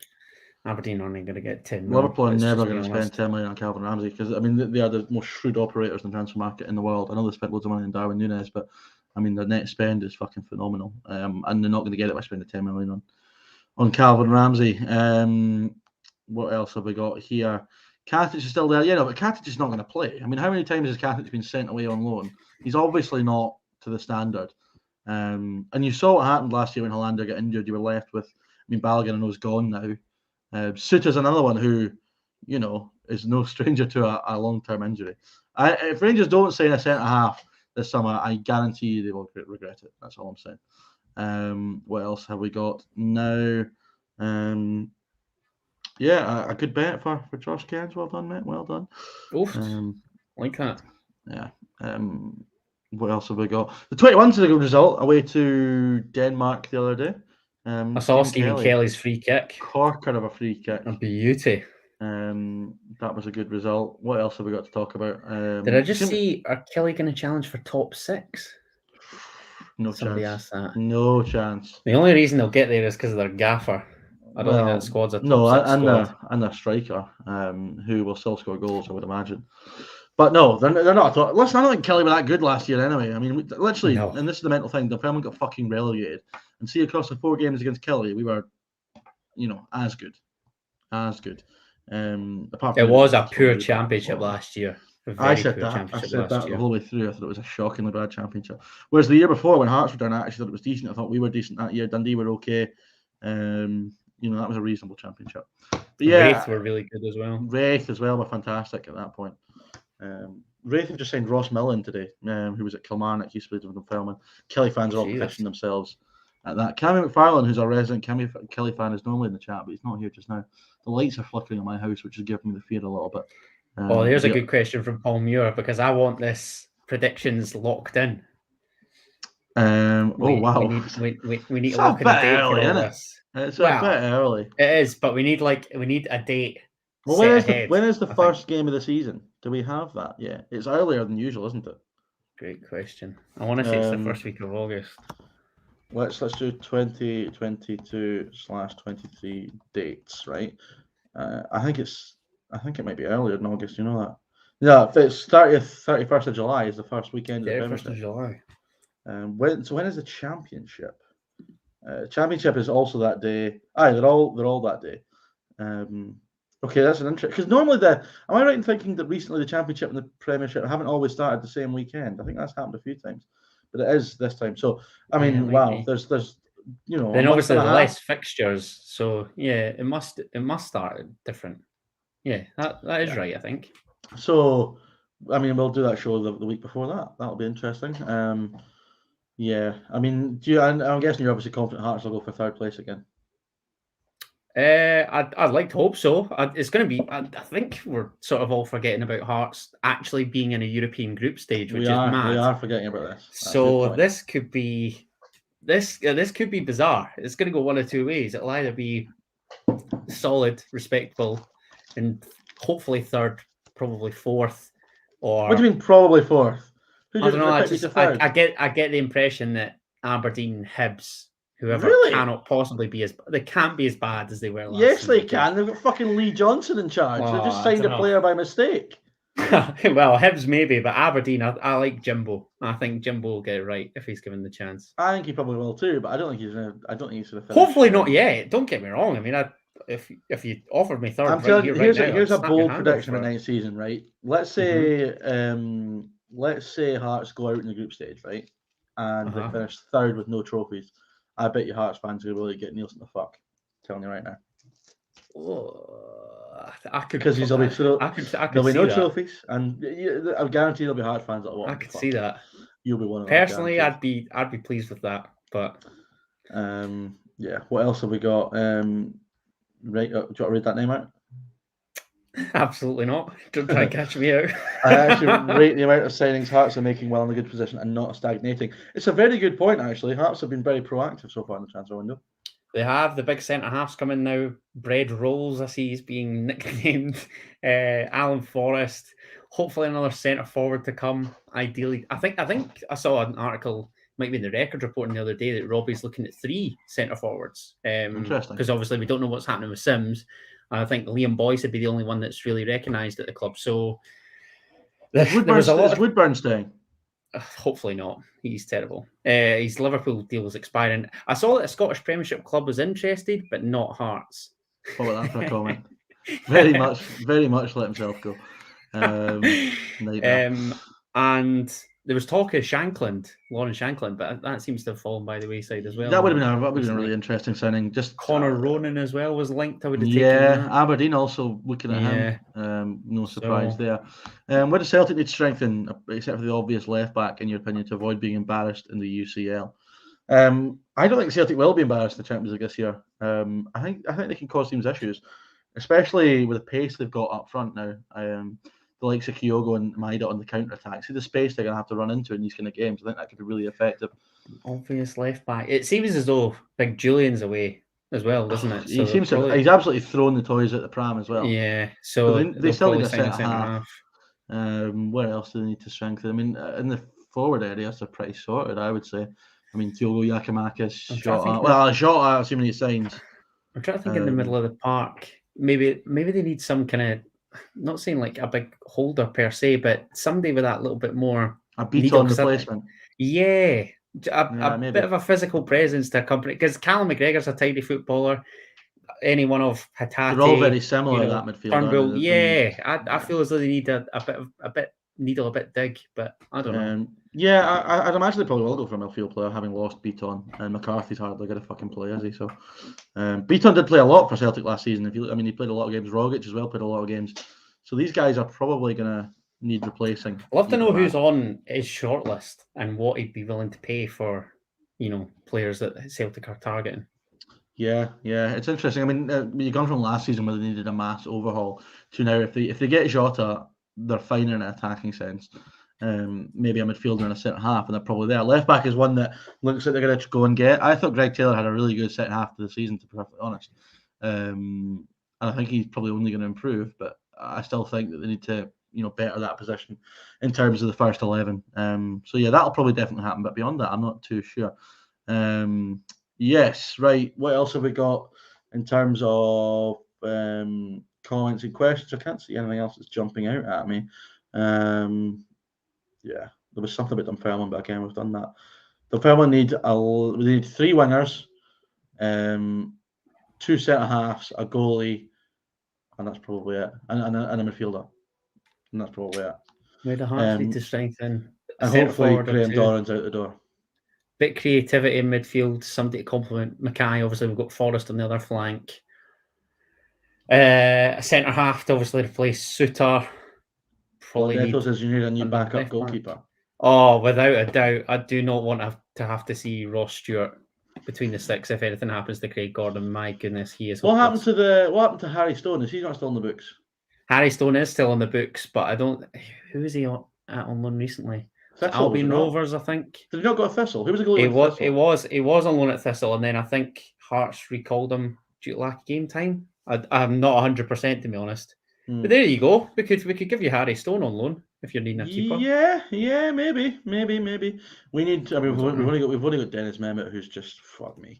And after Big Jakob Salarczyk, who was just the absolute highlight of last season's gone back on loan back to Leicester. He won't be coming back, which is a shame. What happened to Fawn Williams? He went to America. Did he go to America? I think he went to America. He was player coach. Then Yogi immediately came in and dropped discarded him. Yeah, got a new goalie, and it was one of the good things. One of the good things Yogi did because he brought in Stolarczyk, who was just better than Fawn Williams. So yeah, that was good bit of business. One of the few good bits of business that John Hughes actually did. But yeah, I mean, loads of League One teams have been busy. Falkirk have been busy so far. In Falkirk have been very busy. Gary fucking Oliver's going to Falkirk, who always scores. That's an absolute nap in the Always scores against Dunfermline. Who else? I don't think he scored against anybody else other than Dunfermline. He scored about 11 goals in 70 games, and they're all against Dunfermline. Who else did they send? They sent Sean Mackey who was at Hibs and Wraith Rovers. And Stephen McGinn, I think I saw. Stephen McGinn as well, who will do well at League One level. Queen of the South with Gavin Riley back, which was interesting. They've also got he's fallen by the wayside as well. I remember. Gavin Riley. He had a decent season at Morton last year, to be fair to him. But Jesus. Yeah. Kane Sanderson's offering me Scott Bain on loan. Well, that's not going to happen because Scott Bain's just got a new deal. And obviously rates Scott Bain because he just got a new deal, hasn't he? As a backup goalie. Scott Bain would cruise it in League One, though. Let's be honest. He looked like fucking. I suppose now Barking Arse is away. Big Barking Arse is gone. Yeah. Yeah, right. So, second half. So, have you listened to any of Alan Hutton's punditry? Because I'm talking about Alan Hutton. I had a chat with him. I had a chat with him on 5 Live the day of the cup final. I was absolutely reeking. And he said, "You don't sound very confident." And I was like, "Well, no, because we're the underdogs." He is. I always actually liked Alan Hutton because he was. People have got a lot of people who don't remember the 2008 Euros qualifying campaign think Alan Hutton was always shit for Scotland. He wasn't. He used to be amazing for Scotland. But yeah, that Italy foul, I still. But see that whole campaign, right? He used to bomb up and down that right flank, like before fullbacks used to do that all the time. He was constantly. He was playing in a good Spurs team, decent Villa team as well. He played in that Spurs team that won the League Cup against Chelsea. That was a good team. He was decent, Alan Hutton, to be fair to him, before he fell by the wayside, which he did. Second half is just about to get underway here in Yerevan. The Armenian supporters look very, very upset. We had a few Armenians in the chat last week coming in and being not very nice. They've been a bit quiet tonight after getting a doing last week. A doing tonight. Yeah, I'm telling you right now, if we draw 2 each, Clark's getting sacked, but that's not going to happen now because we should win 4 or 5 now. I think, if I'm honest, hopefully. It would be good if we just went and. If the players just went and put a bit of a statement out there, showed that they were pissed off, that would be good now. Because even then, I thought it'd be 4 or 5 at Hampden against this mob, but it just didn't appear that way. I mean, I'd like a forward player to score, to be honest. I'd love Che to get a goal. That would be good. Yes, that would be nice. Yeah, I mean, Armstrong at the double didn't really see that coming. Although it's not as unlikely as the scorers last week, Hanley and McKenna. No, not McKenna, Hanley. Who was it that scored? Was it Hanley? No, Ralston and McKenna. Yeah, it seems to have been all defenders recently. Yes, I would like to see Hickey get on in the second half. Oh, wow, it's another foul on Stuart Armstrong, who's taking an absolute kicking. Well, great bit of football from Billy Gilmore. Che Adams is in 1-on-1. He might be offside. Keeper comes out and takes it, and the flag doesn't go up. But Armstrong's getting kicked around here constantly. I'm just going to say no and nothing else. No is all I need to say to that. Things haven't got that desperate. Where do you think Griffiths is going to go? I think he's going to retire. Bonnie regrowth. But he's not going to play. He's not going to drop and play at that level. I have no idea. I actually think it's mental. where is he going to go? He needs to get abroad somewhere. Just are you having a laugh? It's the worst no, thing you could do, probably. No. Oh no! Go and join Lenny in Cyprus. Is it bad that I thought of that? I just think any ground up and down the country, you'll rightly get dogs abuse. So why not just escape that? Start over. Go to the States or something. I don't know. Yeah, who's going to take him in the States though? I mean, the guy is literally. I mean, he's unfit, and that's for me, right? Well, this is it. It's got to come from him, hasn't it? And he's got to get himself in decent shape. How long have we been saying this? Literally since he's got those 2 free kicks in 2017, he's been a bit of a shambles. Apart from that one spell in Lennon's second spell where they played a 3-5-2 and he and Edward up front, he was frightening. That's right. But even then, he wasn't as fit as he should have been. In terms of Hibs centre forwards that have fallen by the wayside, you've had Derek Riordan, Gary O'Connor. He's the most high profile in a good few years. In the West, these Armenian boys are going to get. There's another booking. Oh, he's out screaming at the referee. He could be off, I think. You'll like that comment from your man Regular. Where are we at here? Ray. Yeah, if I speak, I'm in big trouble. Armenia are not going to end the game with 10 in the pitch. In its current state. I fully agree. I can't see maybe Trinent under Callum Elliott. Now they've been promoted to the lowland. I don't know. Open goal, Broomhill. I don't think Cy Ferry would take him, you know that? No, neither do I. Don Thomas was at training for open goal last night. He must be doing a bit of coaching with him because he's obviously for Queen's partner, but he was in there. The Instagram stories. But he and Slaney are quick pally, aren't they? And Slaney are pally. But Dom does a bit of coaching, like youth coaching on the side anyway. But he was in the footage of their first training session last night, so he's obviously involved there in some capacity. Maybe just you just know he's going to tear it up for Queen's Park, don't you, next season? Do I know that? I mean, you're talking about the most inconsistent player I've ever seen in my life. I can see on my on his day, unbelievable, right? Like on his day, far too good for Dunfermline in the Championship. It's so inconsistent, it's not even funny. Here's a chance. Here could be a goal. Oh, Greg Taylor, go your head, you clown! And it was out for the goal kick. But him supplying to Simon Murray and whoever else goals. Yeah, Simon Murray will do well, I think, to be honest. What a player. What a weird career Simon Murray's had. Oh, hasn't he just? But always tended to score goals wherever he's been. Interesting. I'd take him at Dunfermline in a heartbeat, but he's obviously not going to drop down to us now, is he? But also, we probably can't afford the wages at Queen's Park and playing the money they're throwing about. Big dough.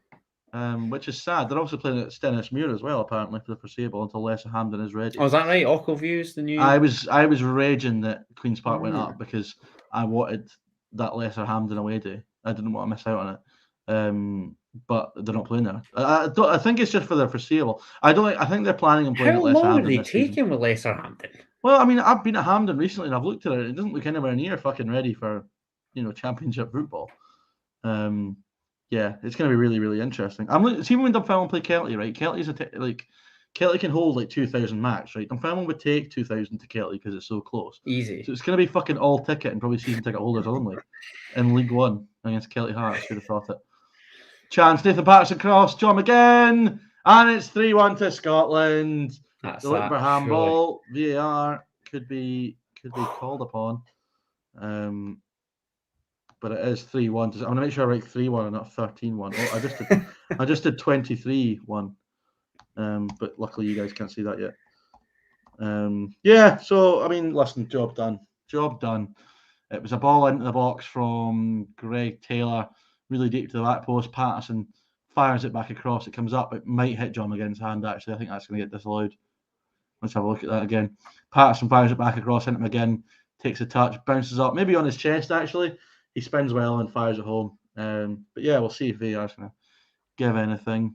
No, I think it hits his chest. Oh, maybe. Oh, fuck knows. We'll see. Good finish from McGinn anyway. What do we think? People in the chat who are watching the game, do we think that hits his hand or his chest? What do we think? VAR is obviously having a look. Tartan Army are happy enough now. Queen's Park. I'm intrigued to see how this will get on next season, to be honest. Now that they're obviously not ground sharing. Goal given. Yeah. It's going to be interesting because this will obviously play decent football at times last year, but they played in a fucking tatty field. Oh, then when they were dug meat, according to the gaffer. Yeah, or when they get pumped 4-1 at East End. Yeah. Scotland are looking like they mean business now. Here's Greg Taylor. I could really go seeing 5 or 6. That was really, really nice now. If your team wins the league, does it title? Yes, of course it does. Because we'll be winning a league title chance, but Che Adams headed away. It's going to be League One's going to be fascinating. And we always say it on this podcast. Fantastic division. We constantly big up League One, right? But it's going to be probably the best it's been next season. I mean, Queen of the South, Dunfermline, Falkirk, Kelty, Airdrie. Jesus, it's going to be fantastic.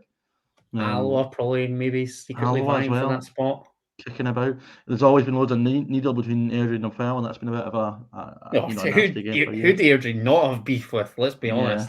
That is a good point. And obviously Dunfermline Falkirk challenging for a title would be good viewing. Queen's Park and Willie Gibson will hope they can, stop them. And obviously Airdrie have been close to going up the last 2 seasons, but under new manager. They've got Rhys McCabe as well. We haven't even spoken about that. That is bizarre. He's not even 30 yet, and he's the player manager of Airdrie for next season. That's really going to go bizarre. one of 2 ways, isn't it? Yeah, 100%. And I don't foresee them doing anything really. If I'm on, that's just odd. You're not telling me that there's young aspiring managers that wouldn't be interested in the Airdrie gig after what Ian Murray's done for the past few years. Yeah, it's an interesting one. Speaking to a guy at Dunfermline who basically said when Rhys McCabe was there, he was a bit of a nutcase. Edinburgh City as well, Scott Doyle says. Yeah, League One's going to be brilliant. Really good. Could League One? Is there an argument to be made that League One could be better than the Championship next season? Yeah, you've got. I'd say so. You're gonna have a full-time team that are still in League One. Regardless Shea Adams, Scotland could be in for 4 here. It is Shea Adams, cuts back on his right foot and bends it into the corner, and it is Armenia 1, Scotland 4, and it is plain sailing now. And thankfully for Shea Adams, he's got his name on. Love to see Chelly on the score sheet. Chelly deserves it. I mean, he's been really good since he's come in for us. He's just not had the goals that he would have wanted. But it is 4-1. It looked like for a minute he was going to set in Armstrong for his hat trick, but he didn't quite get the chance to. Armstrong gets the assist though. Good night for him. But yeah, good finish. Stands his defender up, cuts back with the right foot. It's a good finish, and it's 4-1. Cruising. Let's ring some changes. Get a couple. 2026 World Cup isn't ready. No. But it's always a fantastic comment in there from William McCauley. I'm not even going to highlight it. It's a super comment. Rhys McCabe is player manager, which is going to be interesting. That is so weird. The Tartan Army and Yerevan seem happy with this now. They'll have got beers in the stadium too. That sounds like it'd be good fun. Clark is safe. He lives another day. This is not how I saw this game going when we went 1-0 down inside. Absolutely not. Where they were all over us in the first 20 minutes. Interesting. Greg Stewart. Why do I keep saying Greg Stewart? Ross Stewart and Jacob Brown should be subbed on right now, but Clark will wait far too long as usual. Against Armenia at home, they came home with like 5 minutes to go. What's the fucking point? Exactly. What do you learn in that time? Get them on now. The game's done. How are they meant to Callum McGregor off? Get John McGinn off. These guys. How are they meant to show their worth in the space of 5 minutes as a centre forward? Already 4-1 up. This is why loads of strikers have shit goals to caps ratio, because they get so many caps in games like this with no chance to score a goal. It's now what have we got? Over half an hour. Come on. I don't know. There's no scoreboard on the screen just now, which is annoying me. It was 55 minutes we are according to live score. So come on. Nice. I would like to see Hickey come on. I'd like to see Hickey come on for Patterson and just give him another go at right wing back, because I think there's a lot of people saying that he can't do that, which is just wrong, because he does it for Bologna. And just for his own confidence. Shea Adams has done really well here, but he's lost it. Oh, he's won it back. Brilliant, Shea. Oh, Shea Adams with a wee roulette. He's taking the piss out of this lot. He's still got it. Wow! What a bit of play from Shea Adams. Wait till you see this back tonight. He's just taking the piss out of about 6 of them. That was unbelievable. He's taking a few kicks for his troubles, but that was brilliant from Shea Adams. Turning on the style, I like it. He is, absolutely. He was just running towards his own goal and does a roulette to beat his man, and beats another, takes so many kicks, but keeps the ball and keeps it for Scotland. That was brilliant from Shea Adams. People in the chat who are watching will appreciate that. But 4-1. Shea Adams is knackered after that. Though. He's not running anymore. Get Ross Stewart on pronto. Christ, it's like Callum Fordyce, the Airdrie captain as well. Also former Dunfermline league winning captain when we were in League One. broke his leg and then became the slowest centre half I've ever seen in my life. To the point where John Sutton at like 36 was outpacing him and he got subbed off at half time. I saw John Sutton in his prime and he didn't look like he could outpace anybody. Crikey. This feels like when the paper over the crap sheet results, all he had towards the end of his time at United. Yeah, I'm not sitting here saying that this is like great. This was absolute must win, and they've got a man less. Of course, we're going to battle. No, you're not going to find me making excuses for Clark on here. Let me tell you. But ultimately, we needed to win, and we have won. Adams better than Prime Messi, and Shelley shouts in here as well. Yeah, just came back from a phone call. We're winning the Euros under Jurgen Clark. Yeah. I know, but yeah, I mean, it's like every game now is the build up to Euro 2024, isn't it? Listen, the Nations League campaign is not over. Let's be honest here, right? I know we're going to have to beat Ukraine, which is not likely. We're going to have to probably take 4 points from Ukraine, which is very much not likely. But you know, we've beat Armenia twice. We've got Ireland at Hampden in September. At Hampden, we should beat them. You would think, you know. So you know, it's not over yet. As bizarre as this is to say, would we want an Ireland win in Ukraine tonight? Because I'm looking at it thinking absolutely that then the 3 teams would go on 6 points apiece. Ukraine will have played 3 games. We'll have played 3.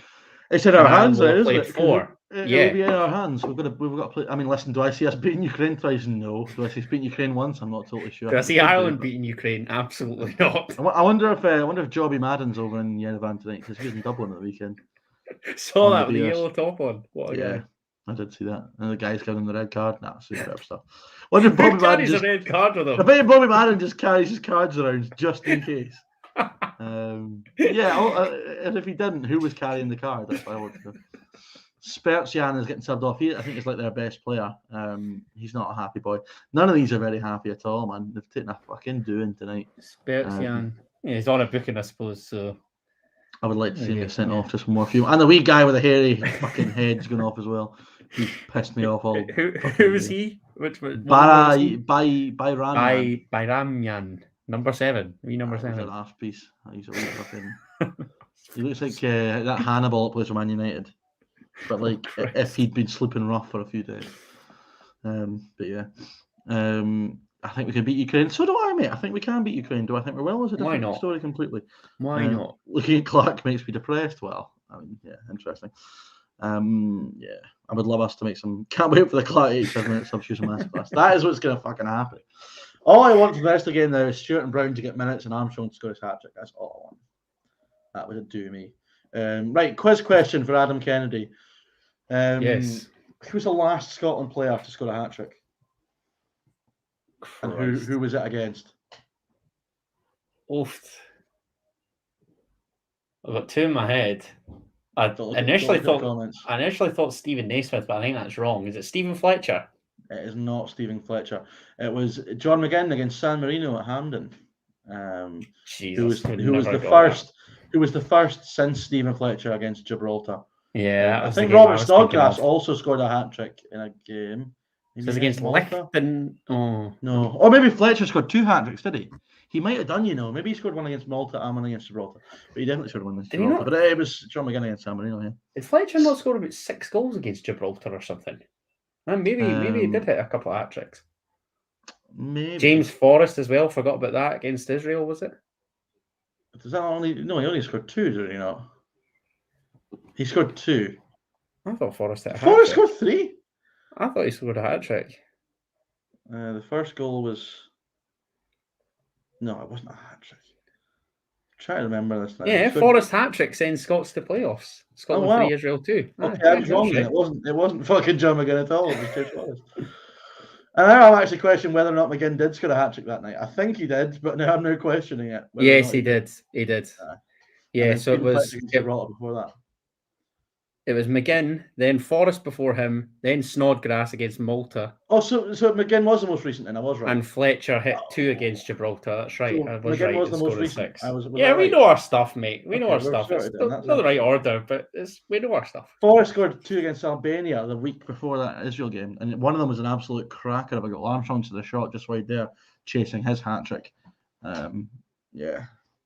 I can remember 2 of the Forest goals that night, but not 3 of them. Yeah. Oh well. And that game against Resolute Forest scored that hat-trick, and Stephen Fletcher played that night and was brilliant.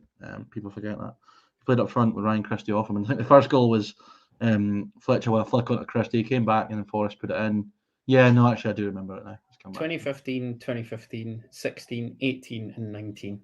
Yeah. Interesting. Craig Gordon's got his fucking feet in the ball and he was getting pressed, and that gives me the fear. Just never for someone who's played football his life, how could he be that bad with his feet? I know he's a goalkeeper, but Jesus Christ. Oh, Jesus. I've just looked at this Wikipedia article about Scotland national team hat-tricks. Can you think of any that we've conceded? There's been 3 in our lives, apparently. Any recently? No, not for 10 years. May 2012 is the last one. And it was scored by May 2012. So that was Craig Levine. Was it Craig Levine or was it George Burley? Oh, wow. Wow, now you're asking. Give me the opponent. Give me the campaign. It's a friendly. USA in a friendly. Oh, wow. So was it like Landon Donovan or something? It was Landon Donovan. Good knowledge. We got beat 5-1. Oh, wow. I actually think I can slightly recall staying up to watch that. Jesus. And before that, what was the year before that, or the last one before that? 2004. February 2004. Against who? Against Wales in a friendly. John Hartson? No. Ryan Giggs? No. Oh, wow. Sorry, what an uninspiring set of substitutions. It's only because I see the name that you think of this little bagsman. For Wales? Yeah. Craig Bellamy? No. Oh, wow. Who did he play for, this guy? Give me something else. Some clubs? Yeah, throw some clubs. West Brom, I always think of him at. Norwich, Derby, Forest, Cardiff. West Brom Welsh striker. Oh, it's going to kill me. West Brom. Tiny little guy. Welsh. 5'8". Oh my God! For West Brom striker 2004. I don't know. Hit me. Robert Earnshaw. Oh, Rob Earnshaw. Aye, that's right. Aye, yeah. I didn't think of him. Yeah. So landed on Robert Earnshaw, and there was one more in our. What was the year? What was that year? 03. Okay, cool. And the country was? The Dutch. Van Nistelrooy. Ruud van Nistelrooy is the correct answer. There you go. Was that the second leg of that playoff? Second leg, yes, of that after game. Faddy scored against them at Hampden. Was it 5-1 that night or something like that? We got beat 6-0. I think we won the first leg 1-0, and then we lost 6-0 over there. Yeah, unbelievable. Just prime Scotland. So just in case you missed the most boring set of substitutions I've ever seen in my life, Anthony Ralston, David Turnbull, and Lewis Ferguson came on. No Ross Stewart or Jacob Brown. Here's Che Adams, great save. Except for against America, the game that Nicholas McDonald sang the anthem. Oh, good question. Not 100%. Who the fuck is Nicholas McDonald? No idea. It was friendly. 27th of May 2012. We played in Jacksonville at the Everbank Field, if that helps. No idea. Nice. Who's the best national anthem singer you've seen? Are you an Amy McDonald man? Are you a Ronnie the Collie man? Come on, what you happening with? What was the name of that fella? Is it not Ronnie the Collie? Was that not his name?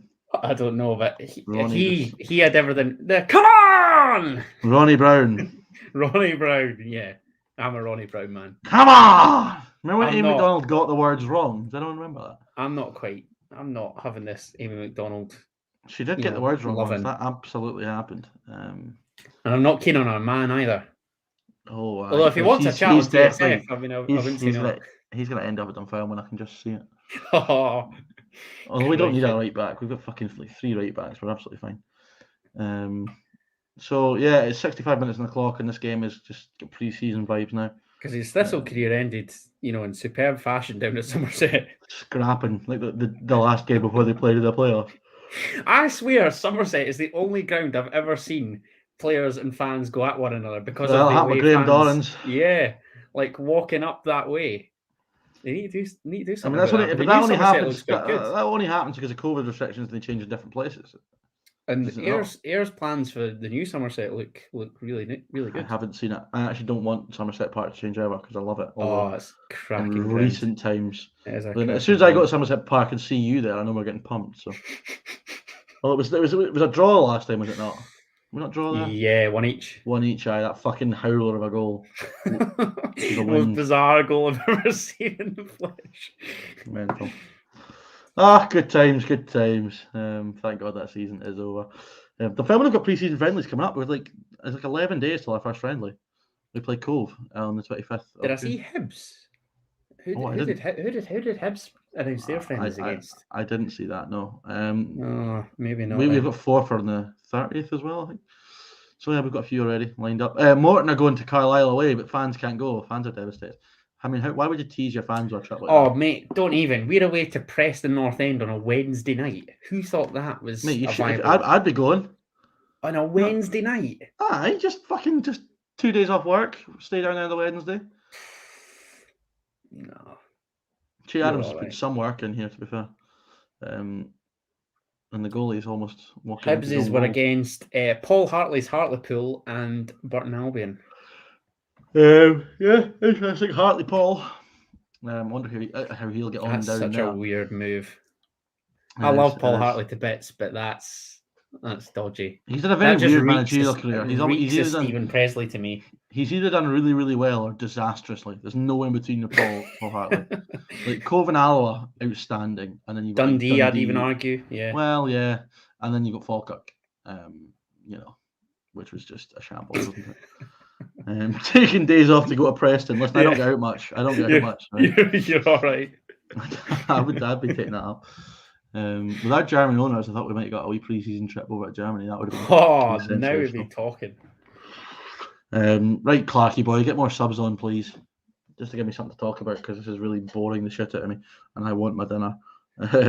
It's weird that this is a 5 o'clock kickoff tonight. I think some people changes were Ferguson, Turnbull, and Ralston on. For Patterson. There's a new tweet from Dunfermline I haven't read yet. Hold on. I'm trying to read this. Our training ground isn't ready. Oh, Alan Main is coming as goalie coach at Dunfermline. Interesting. 300 games for St Johnstone. Alan Main. He's our new goalie coach. Right. Okay. Do we think that Sean Maloney is going to join Vincent Kompany at Burnley? Holy shit! I mean, he almost just scored. Apparently so. Is that not why he didn't go to Dundee? That's what I heard, and then I said that on the stream last week. But now he's actually been confirmed. It looks like that's going to go ahead. Yeah, Vinny Kompany. Apparently, such a mental job for him to take. It was a good save by Craig Gordon, actually.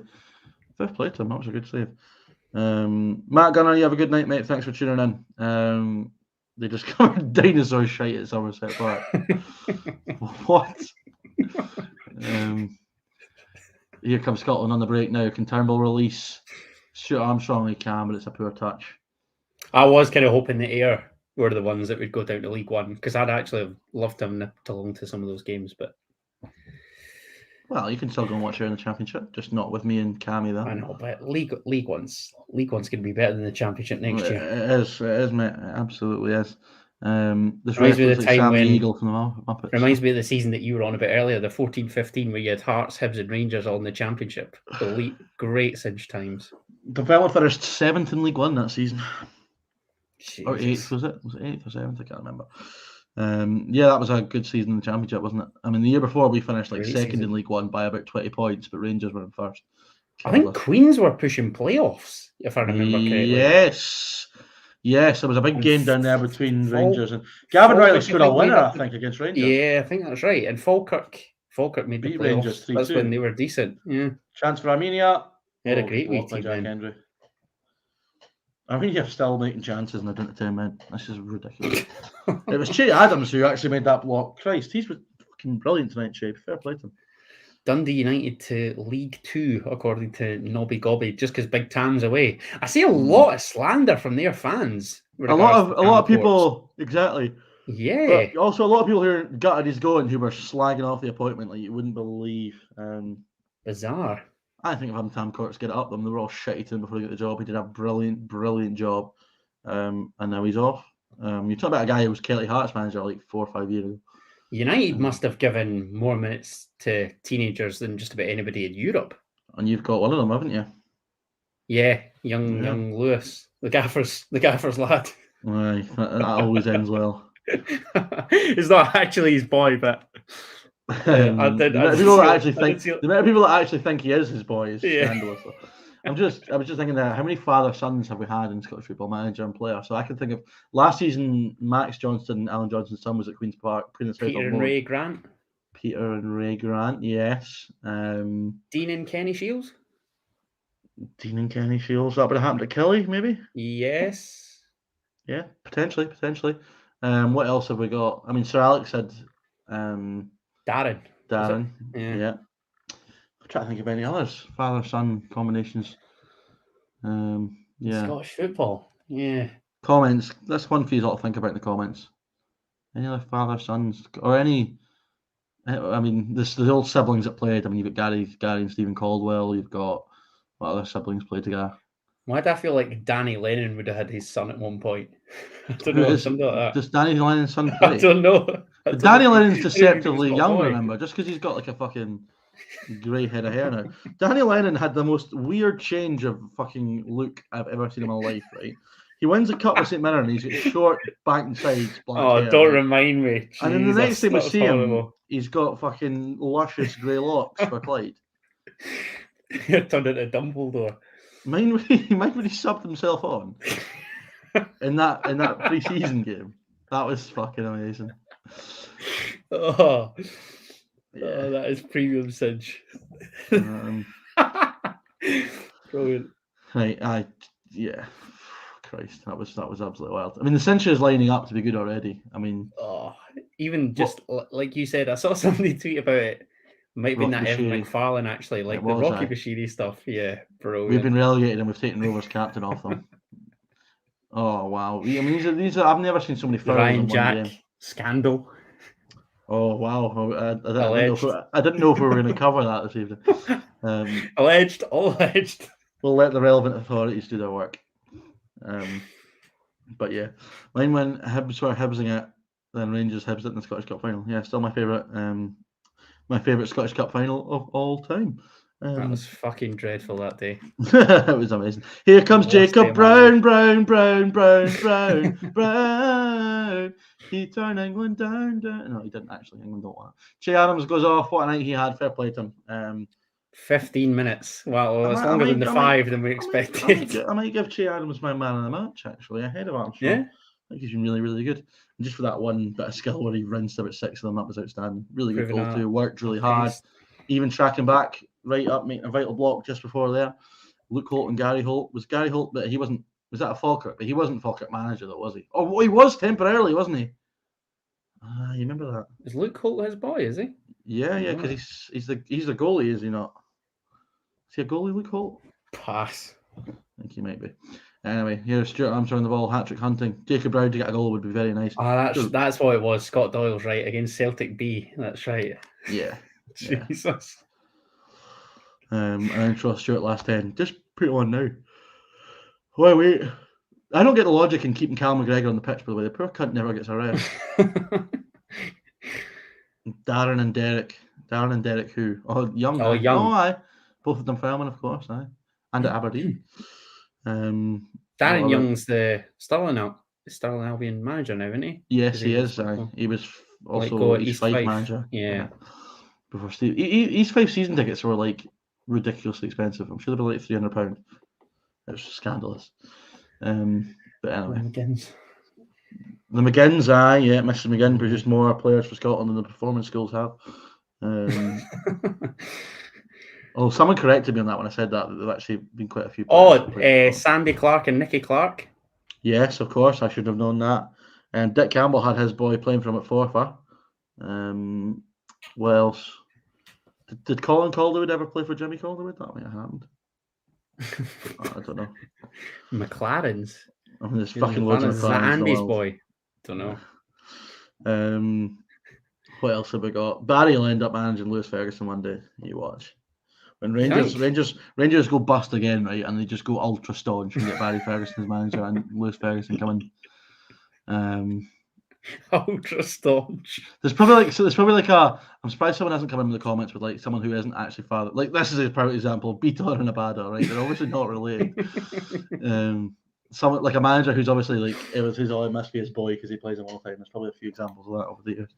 Even the brothers. I'm thinking we had Ryan and Dylan on our books. McGowan, like you said earlier. Oh yeah. I think of other brothers. No. Fuck knows. I mean, we've probably booted the arse out of this topic of conversation. Yeah, we have. We need other material. Am I looking forward to the season coming up? Yes, I love the start of the season. It's the best time of the year. That's the same for me because Dunfermline always piss the group stages of the League Cup, and I think we're going to win the league every single season. We piss the group stages of the fucking Betfred Cup.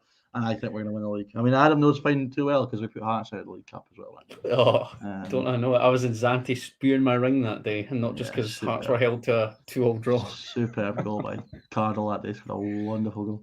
And was it McManus as well? McManus scored the first to Joey. No, Cardle got the first. McManus got the second. Yeah, but we've also we beat Dundee when they were in the Premiership and we were in the Championship. We beat St Mirren and who else? I think maybe just three. But we've Hearts do have a good. I think we've topped our group every single season, or we've gone through every single season. So we've got. I hate it. I'm delighted. I'm not having to be involved. I actually do like it. To be honest, I much prefer it to the friendlies, but I'm just relieved because we've always found a way to make a right pig's ear of it. So yeah, and then be like scraping, a penalty shootout win to essentially passage to the second round. Yeah, not good. What was this? Luke Holt got sent back from Gretna 08 and Rowan Alexander in bagel hands. That's quite good, here's another topic of conversation since we're just... What the fuck was that? Jesus Christ. Anyway, random topic of conversation. Best insult you've ever heard at the football, right? I want this from everyone in the chat. Best insult. Best put down you've heard that you just thought that was comical as fuck. There must be loads. There must be loads in the chat. Best put down you've ever heard at the football. I remember Sonia Luco scored a goal for Aberdeen against Dunfermline in the Cup, and some guy behind me was like, he must be magic if he's named after a fucking telly, and I was like, that's quite good actually. And then he ruined the patter by shouting about he kept calling him Panasonic after that, which was just horrendous. But we Sonia Luco. What else have we got? The Collarwoods in Holland. I didn't think of that. Any shouts at Tiny, Adam, that you've heard? Good, bad, or ugly? I've heard many a shout at Tiny, but I'm not sure they're fit for air, to be honest. You probably heard me shout a few at Somerset that were not great last year. I don't know. I'm trying to think of funny ones.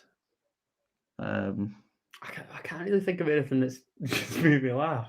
Yeah, but it's annoying. It's more just hate. It's funny just seeing everybody filled with such hate. Oh, Keegan and Kyle Jacobs. That's a good point. The three of them. Is there three of them? Is there three? Keegan, Kyle, and... That's one of the two I can think of. Don't know. I can't think of any more. McGregor calling Barisic a shite bag. That was a player one. That wasn't bad, I suppose. Yeah, Cal McGregor instantly on the ball, drives into the box and loses out. A fifth goal would be nice just to add a little bit of gloss to the scoreline. And what's fuck off? That wasn't a foul. Who do we think will replace Tam Courts? It's got to be Jack Ross. Right, if it's not Jack Ross, who would it be? Because I actually can't think. Kevin Thompson, that'd be some laugh, wouldn't it? Mark McGee. Mark McGee, big dingus. He's surely done. I mean, but then Owen Coyle, I thought was done. Now he's got the Queen's Park job. So I don't know. Would a Davy Martin deal? Would that job appease him? No, he owes Levy too much, doesn't he? I think so as well. I can't. I'm trying to think of other managers that would have been punted. Is Stephen Glass looking for another gig? Yeah. Levine. Yeah. Levine. He's still like chairman at Brecon or something like that. Yeah, I think he's their director of football or something like that. Andy Kirk's the gaffer. Andy Kirk's his wee bitch, yeah. Gets the ball, he scores a goal. Andy Kirk. I love Andy Kirk, man. Have I showed you that photo of me and Andy Kirk when I was a kid? Yeah, because Andy Kirk scored the first goal that I ever saw Hearts score. Oh, nice. In the flash. The first goal Dunfermline scored that I can remember. Dad had me at a game when I was like 2 years old, right? And I can't obviously rate that. The first one I can remember was sort of in 06-07, and I think it was probably scored by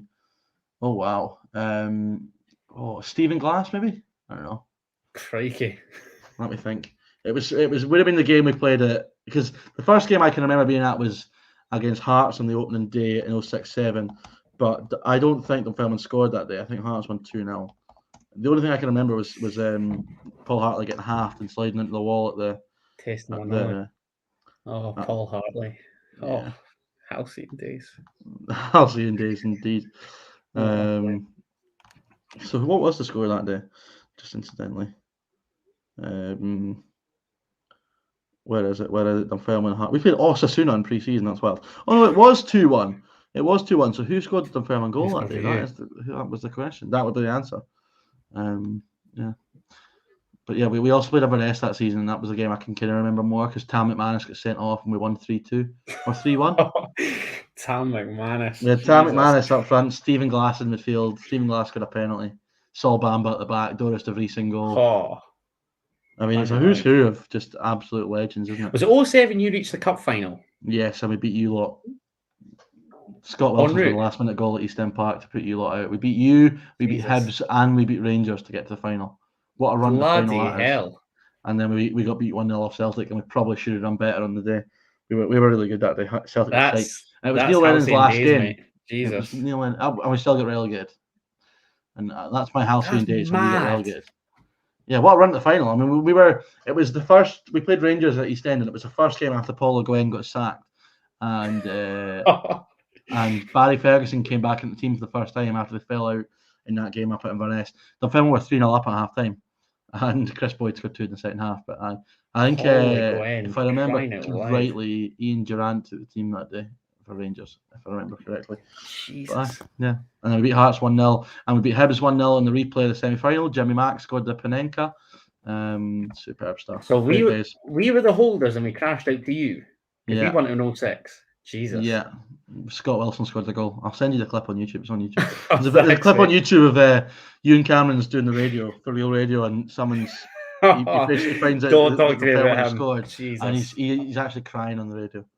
It's sensational. He made a bit of a tit of himself the other night with his thread. Did you see his Scotland thread? Yes, I did. Yeah. What was the game when he was on about? Moldova or something. Yeah, that was it. And he totally contradicted initially himself. He said it was 2-0 going on 6.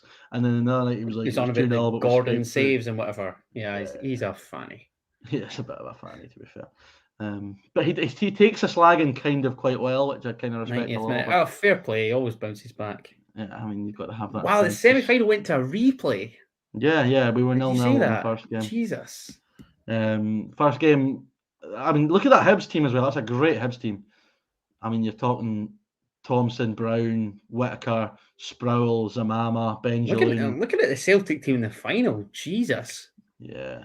Boric, Doombe scored the goal. McManus, Presley, Naylor, Nakamura, Lennon, Hartley, McGeady, Kenny Miller, and Jan Vennegoor of Hesselink. Wasn't much in the game at all. Here come Armenia. It could be 4-2, and it's just over the bar.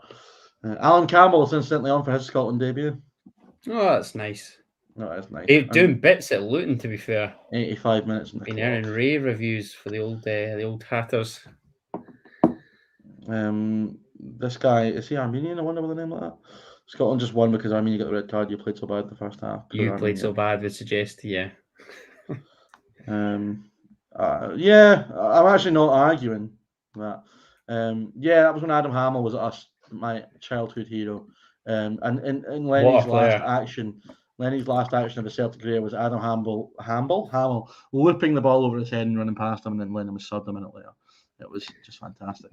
I've still got the PTSD from that wonder goal he scored in Paisley for St Mirren against us. Yeah. What a guy, man. He's got a screamer at Parkhead that season as well for us. He was just frightening. What a player, man. I wrote a letter to Rafa Benitez when I was 7-year-old asking to keep him. That's a true story. We've posted it 10 times. Wonder if Rafa's received it. He's got it framed somewhere, doesn't he? We never got a reply. But I was 7 and in school. I wrote a letter to Rafa. Oh, there's Cammy. You asked about Cammy earlier. There's Cammy. Well, Cammy, we were talking when we were talking Kelly earlier. There was a question about could Kelly reach the top 6, and basically we both just said no. And I'd imagine you will say no as well. What's your thoughts? Yeah, he will say no as well. No, to be fair, there's that many teams that are in transition. Why could they not? Are there many teams in transition? Aberdeen and Hibs, I'll give you. Well, look at how honking the league was last season. Okay, but then at the same time, all those teams were kind of... I don't know. You're assuming that Aberdeen won't be any worse. United might be one. Although saying that, I've got a bold prediction that I'm thinking of for our prediction video to do with the high bees, but I'm not going to come out with it yet. Well, they'll get relegated. Well, I'm just Oh, love that from you. I don't know. Is it just me that feels that Hibs are heading for a fucking banter season? There's a couple of my mates that are very concerned. It's great. It's a great. They literally just signed a player by mistake. Lee Johnson. What the fuck? Why didn't they get John Dal Thomason? I cannot understand why they didn't get him. I saw him. He's got the Blackburn job. Yeah, that's right. Yeah, and they picked Lee Johnson over him. I cannot for the life of me understand it. And Armenia should have had a second goal. And I think it's a good. Cammy doesn't see why not. I don't see why not either, to be honest, mate. I was not impressed to the standard of the Premiership last season. Yeah, but Cammy, come on. You're not telling me McInroy's now a Premiership level player. He's not. He's not ready for that just yet. He's done all right. He did well at Ayr, right? But I don't know. I'm not sure I'm having that. Where did you say it was before? Airdrie, was it? Airdrie, yes. And then us before that. So he's actually not had a full good season in the Championship. He's had half a season in a good Championship. But that's about it. Alan Campbell looks so weird in a Scotland top. I can't describe it.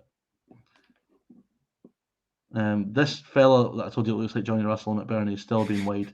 Jack Henry's just called him a fucking space cadet. Respect the shit out, sorry. Yeah. Fitzsimons was going to pop on today, but he hasn't done. Piss poor. I'm carrying TSF on my back and I'm miles away. It's horrendous. Yeah. But it is what it is. We'll just have to keep moving. But I can't believe that Hibs shout. I love that from you, mate. I've just had a feeling, and I don't know what I don't really know. I just don't know what there is to be excited about. Ron McConn's not got a Scooby, does he? I mean, Nizzy's going to be back. That's good news. But he's going to have to find some form. But is it? Because he had a fantastic debut year, and then last season was stop-start. Listen, you don't become bad players overnight in this, but still, no, of course. And he will, with a bit of form again. You know what I would love would be Nizzy to be in a bit of bad form and need to get loaned out in January or something, and we just be like, "Listen, Kev, come home, son. Up the road, up the road, Kev." It was ever since they lost Boyle. They just nosedived that second half of the season. The boy Mueller as well. What an unsung hero. Comes in, robs Hibs of 10 bags a week, and then heads on back to over the pond. He's had enough. McTominay and fucking Greg Taylor, I think it is, just absolutely ran into each other here. Henry. Oh, it's a bit of a nasty head collision, actually. They're just not looking and just fucking bang. And they're both down. I actually thought we were going to get a red card for Armenia there, then I realised they just ran into each other. Big fan of Joseph Coyle's comments. Yes, I know you are. I can imagine. Nice. Dunfermline still don't have an assistant manager, which really stresses me out. Big Jazz. Not taking anybody with them. Well, who would he take with him? Who was his number two? It was Jerry McCabe still there? I don't know if he still was. God. Reese's dad. Who was his number two, actually? That's a good question. I'd like somebody who's got a bit of experience to come in as his number. Jimmy Nicholl, just get Jimmy Nicholl back. That'll do us. Where is Jimmy Nicholl just now, actually? Because he always tends to pop up for these kind of jobs. He's had. Was Jimmy Nicholl at Dundee with McPake? He might have been, actually. I think you may be right. What is he up to just now? It doesn't. And yeah, he's been everywhere. He was obviously we had him when we had Jimmy Calderwood in our halcyon days of like the early to mid 2000s. But yeah, that would be a good appointment if we could get him in as number two. But yeah, what else have we got to be discussing this evening?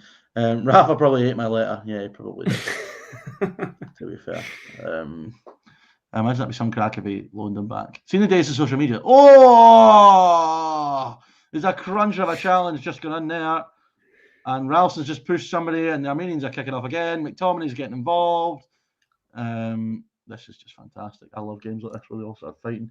Oh, McTominay's raging. They're all scrapping now. There's a wee head Dave to head. Mackay, so it was. There's a red card in hand from the referee. And it's going to be the Armenian player for the challenge. They're down to 9 men. This is fantastic. Dave Cup, Ty Mackay, was that his number two, was it? Dave Mackay, aye. So Armenia are down to 9. It looked like a bad challenge to me. Super. This is fantastic. This has been entertaining for a game that has been so meaningless in terms of how we were all feeling about it. There's a yellow card for Scott McTominay for getting involved. He was raging.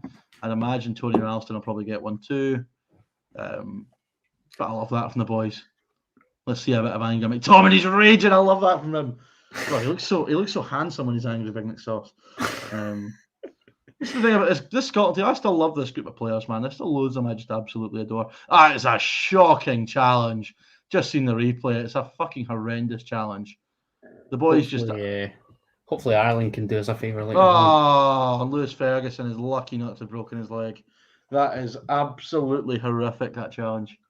You'll wait to see it tonight. Oh my God. Ryan Stewart says, when do you think Ben Yoxon will get subbed on by Clark? To be fair, we could be doing with Ben Yoxon in midfield. A wee creative figure, who's going to score some goals from midfield. No one else has a clue who that is apart from me and Ryan Stewart, but we'll just leave it there. The Armenian fans are not happy. But I don't know what they've got to be not happy about. They've been like cruising for red cards since last week. They've been jobbies. They have been jobbies, as of Scotland. I mean, if you go 1-0 up against Scotland and chuck it to a 4-1 defeat, you must think about just keying up. Let's be honest. Yes, but I mean, how must Ireland be feeling now, having been beat off this mob here?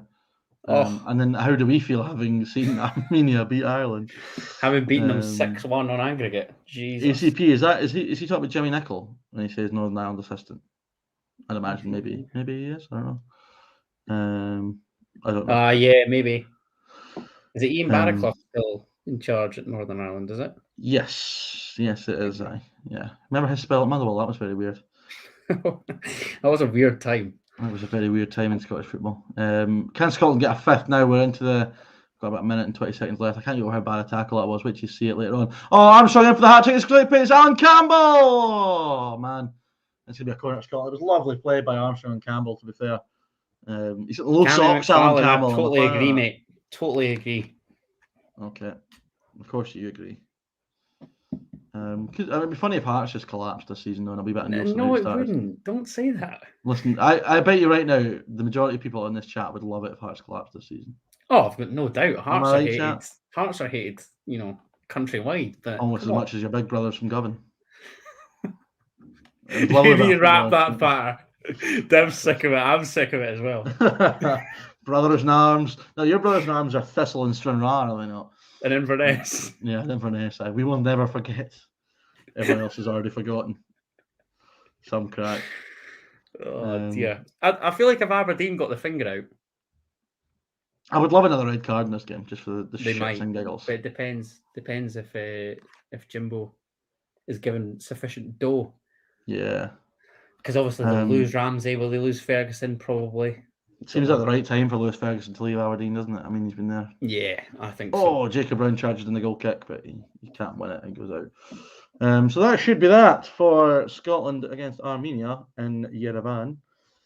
All the best. I mean, if someone told me pre-match there'd be 5 goals and 2 red cards, I'd have probably been quite happy. But I mean, considering that's happened, I've not been very enthralled by it at all. Hearts and Dundee, greatest alliance ever. Nobby, Gobby, what are you smoking? We despise each other. Yeah. Was that anything to do with a certain game that happened? What year was it that happened? Was it 86? Yeah. No. Yeah, that's right. Yeah, that's right. What was the name of the man that scored again? What was his name? Albert Kidd. That's it. Yeah, full time in Yerevan, and it is Armenia 1, Scotland 4. With Army applaud the team off the park after, Needs to change from the booing. Yeah, listen. They were scrapping again at full time. Let's have a bit of rest. Come on, give us it. Nice. Is there fans so angry about? As well? What the fuck's going on here? This is just wild. The Scotland boys are just kind of walking away, but this is just great scenes. It seems to have calmed down. It was that guy I told you about all night, looked like McBurney and Russell, that was kicking off. He's doing the whole hard man act when standing behind 10 people. Yeah. Anyway, full time. Steve Clark's got the result he really desperately needed. Job Scotland done. Got a few goals. Armstrong got a goal. Adams did well, and again got the other. And it is job done. I'm in a boost because I'm starving and need my dinner. Adam, any final thoughts this evening? No, it's been a pleasure, mate. Enjoyed that cab. It was good. Yeah, it was good. Thanks everyone for watching, and we'll see you later. Cheers.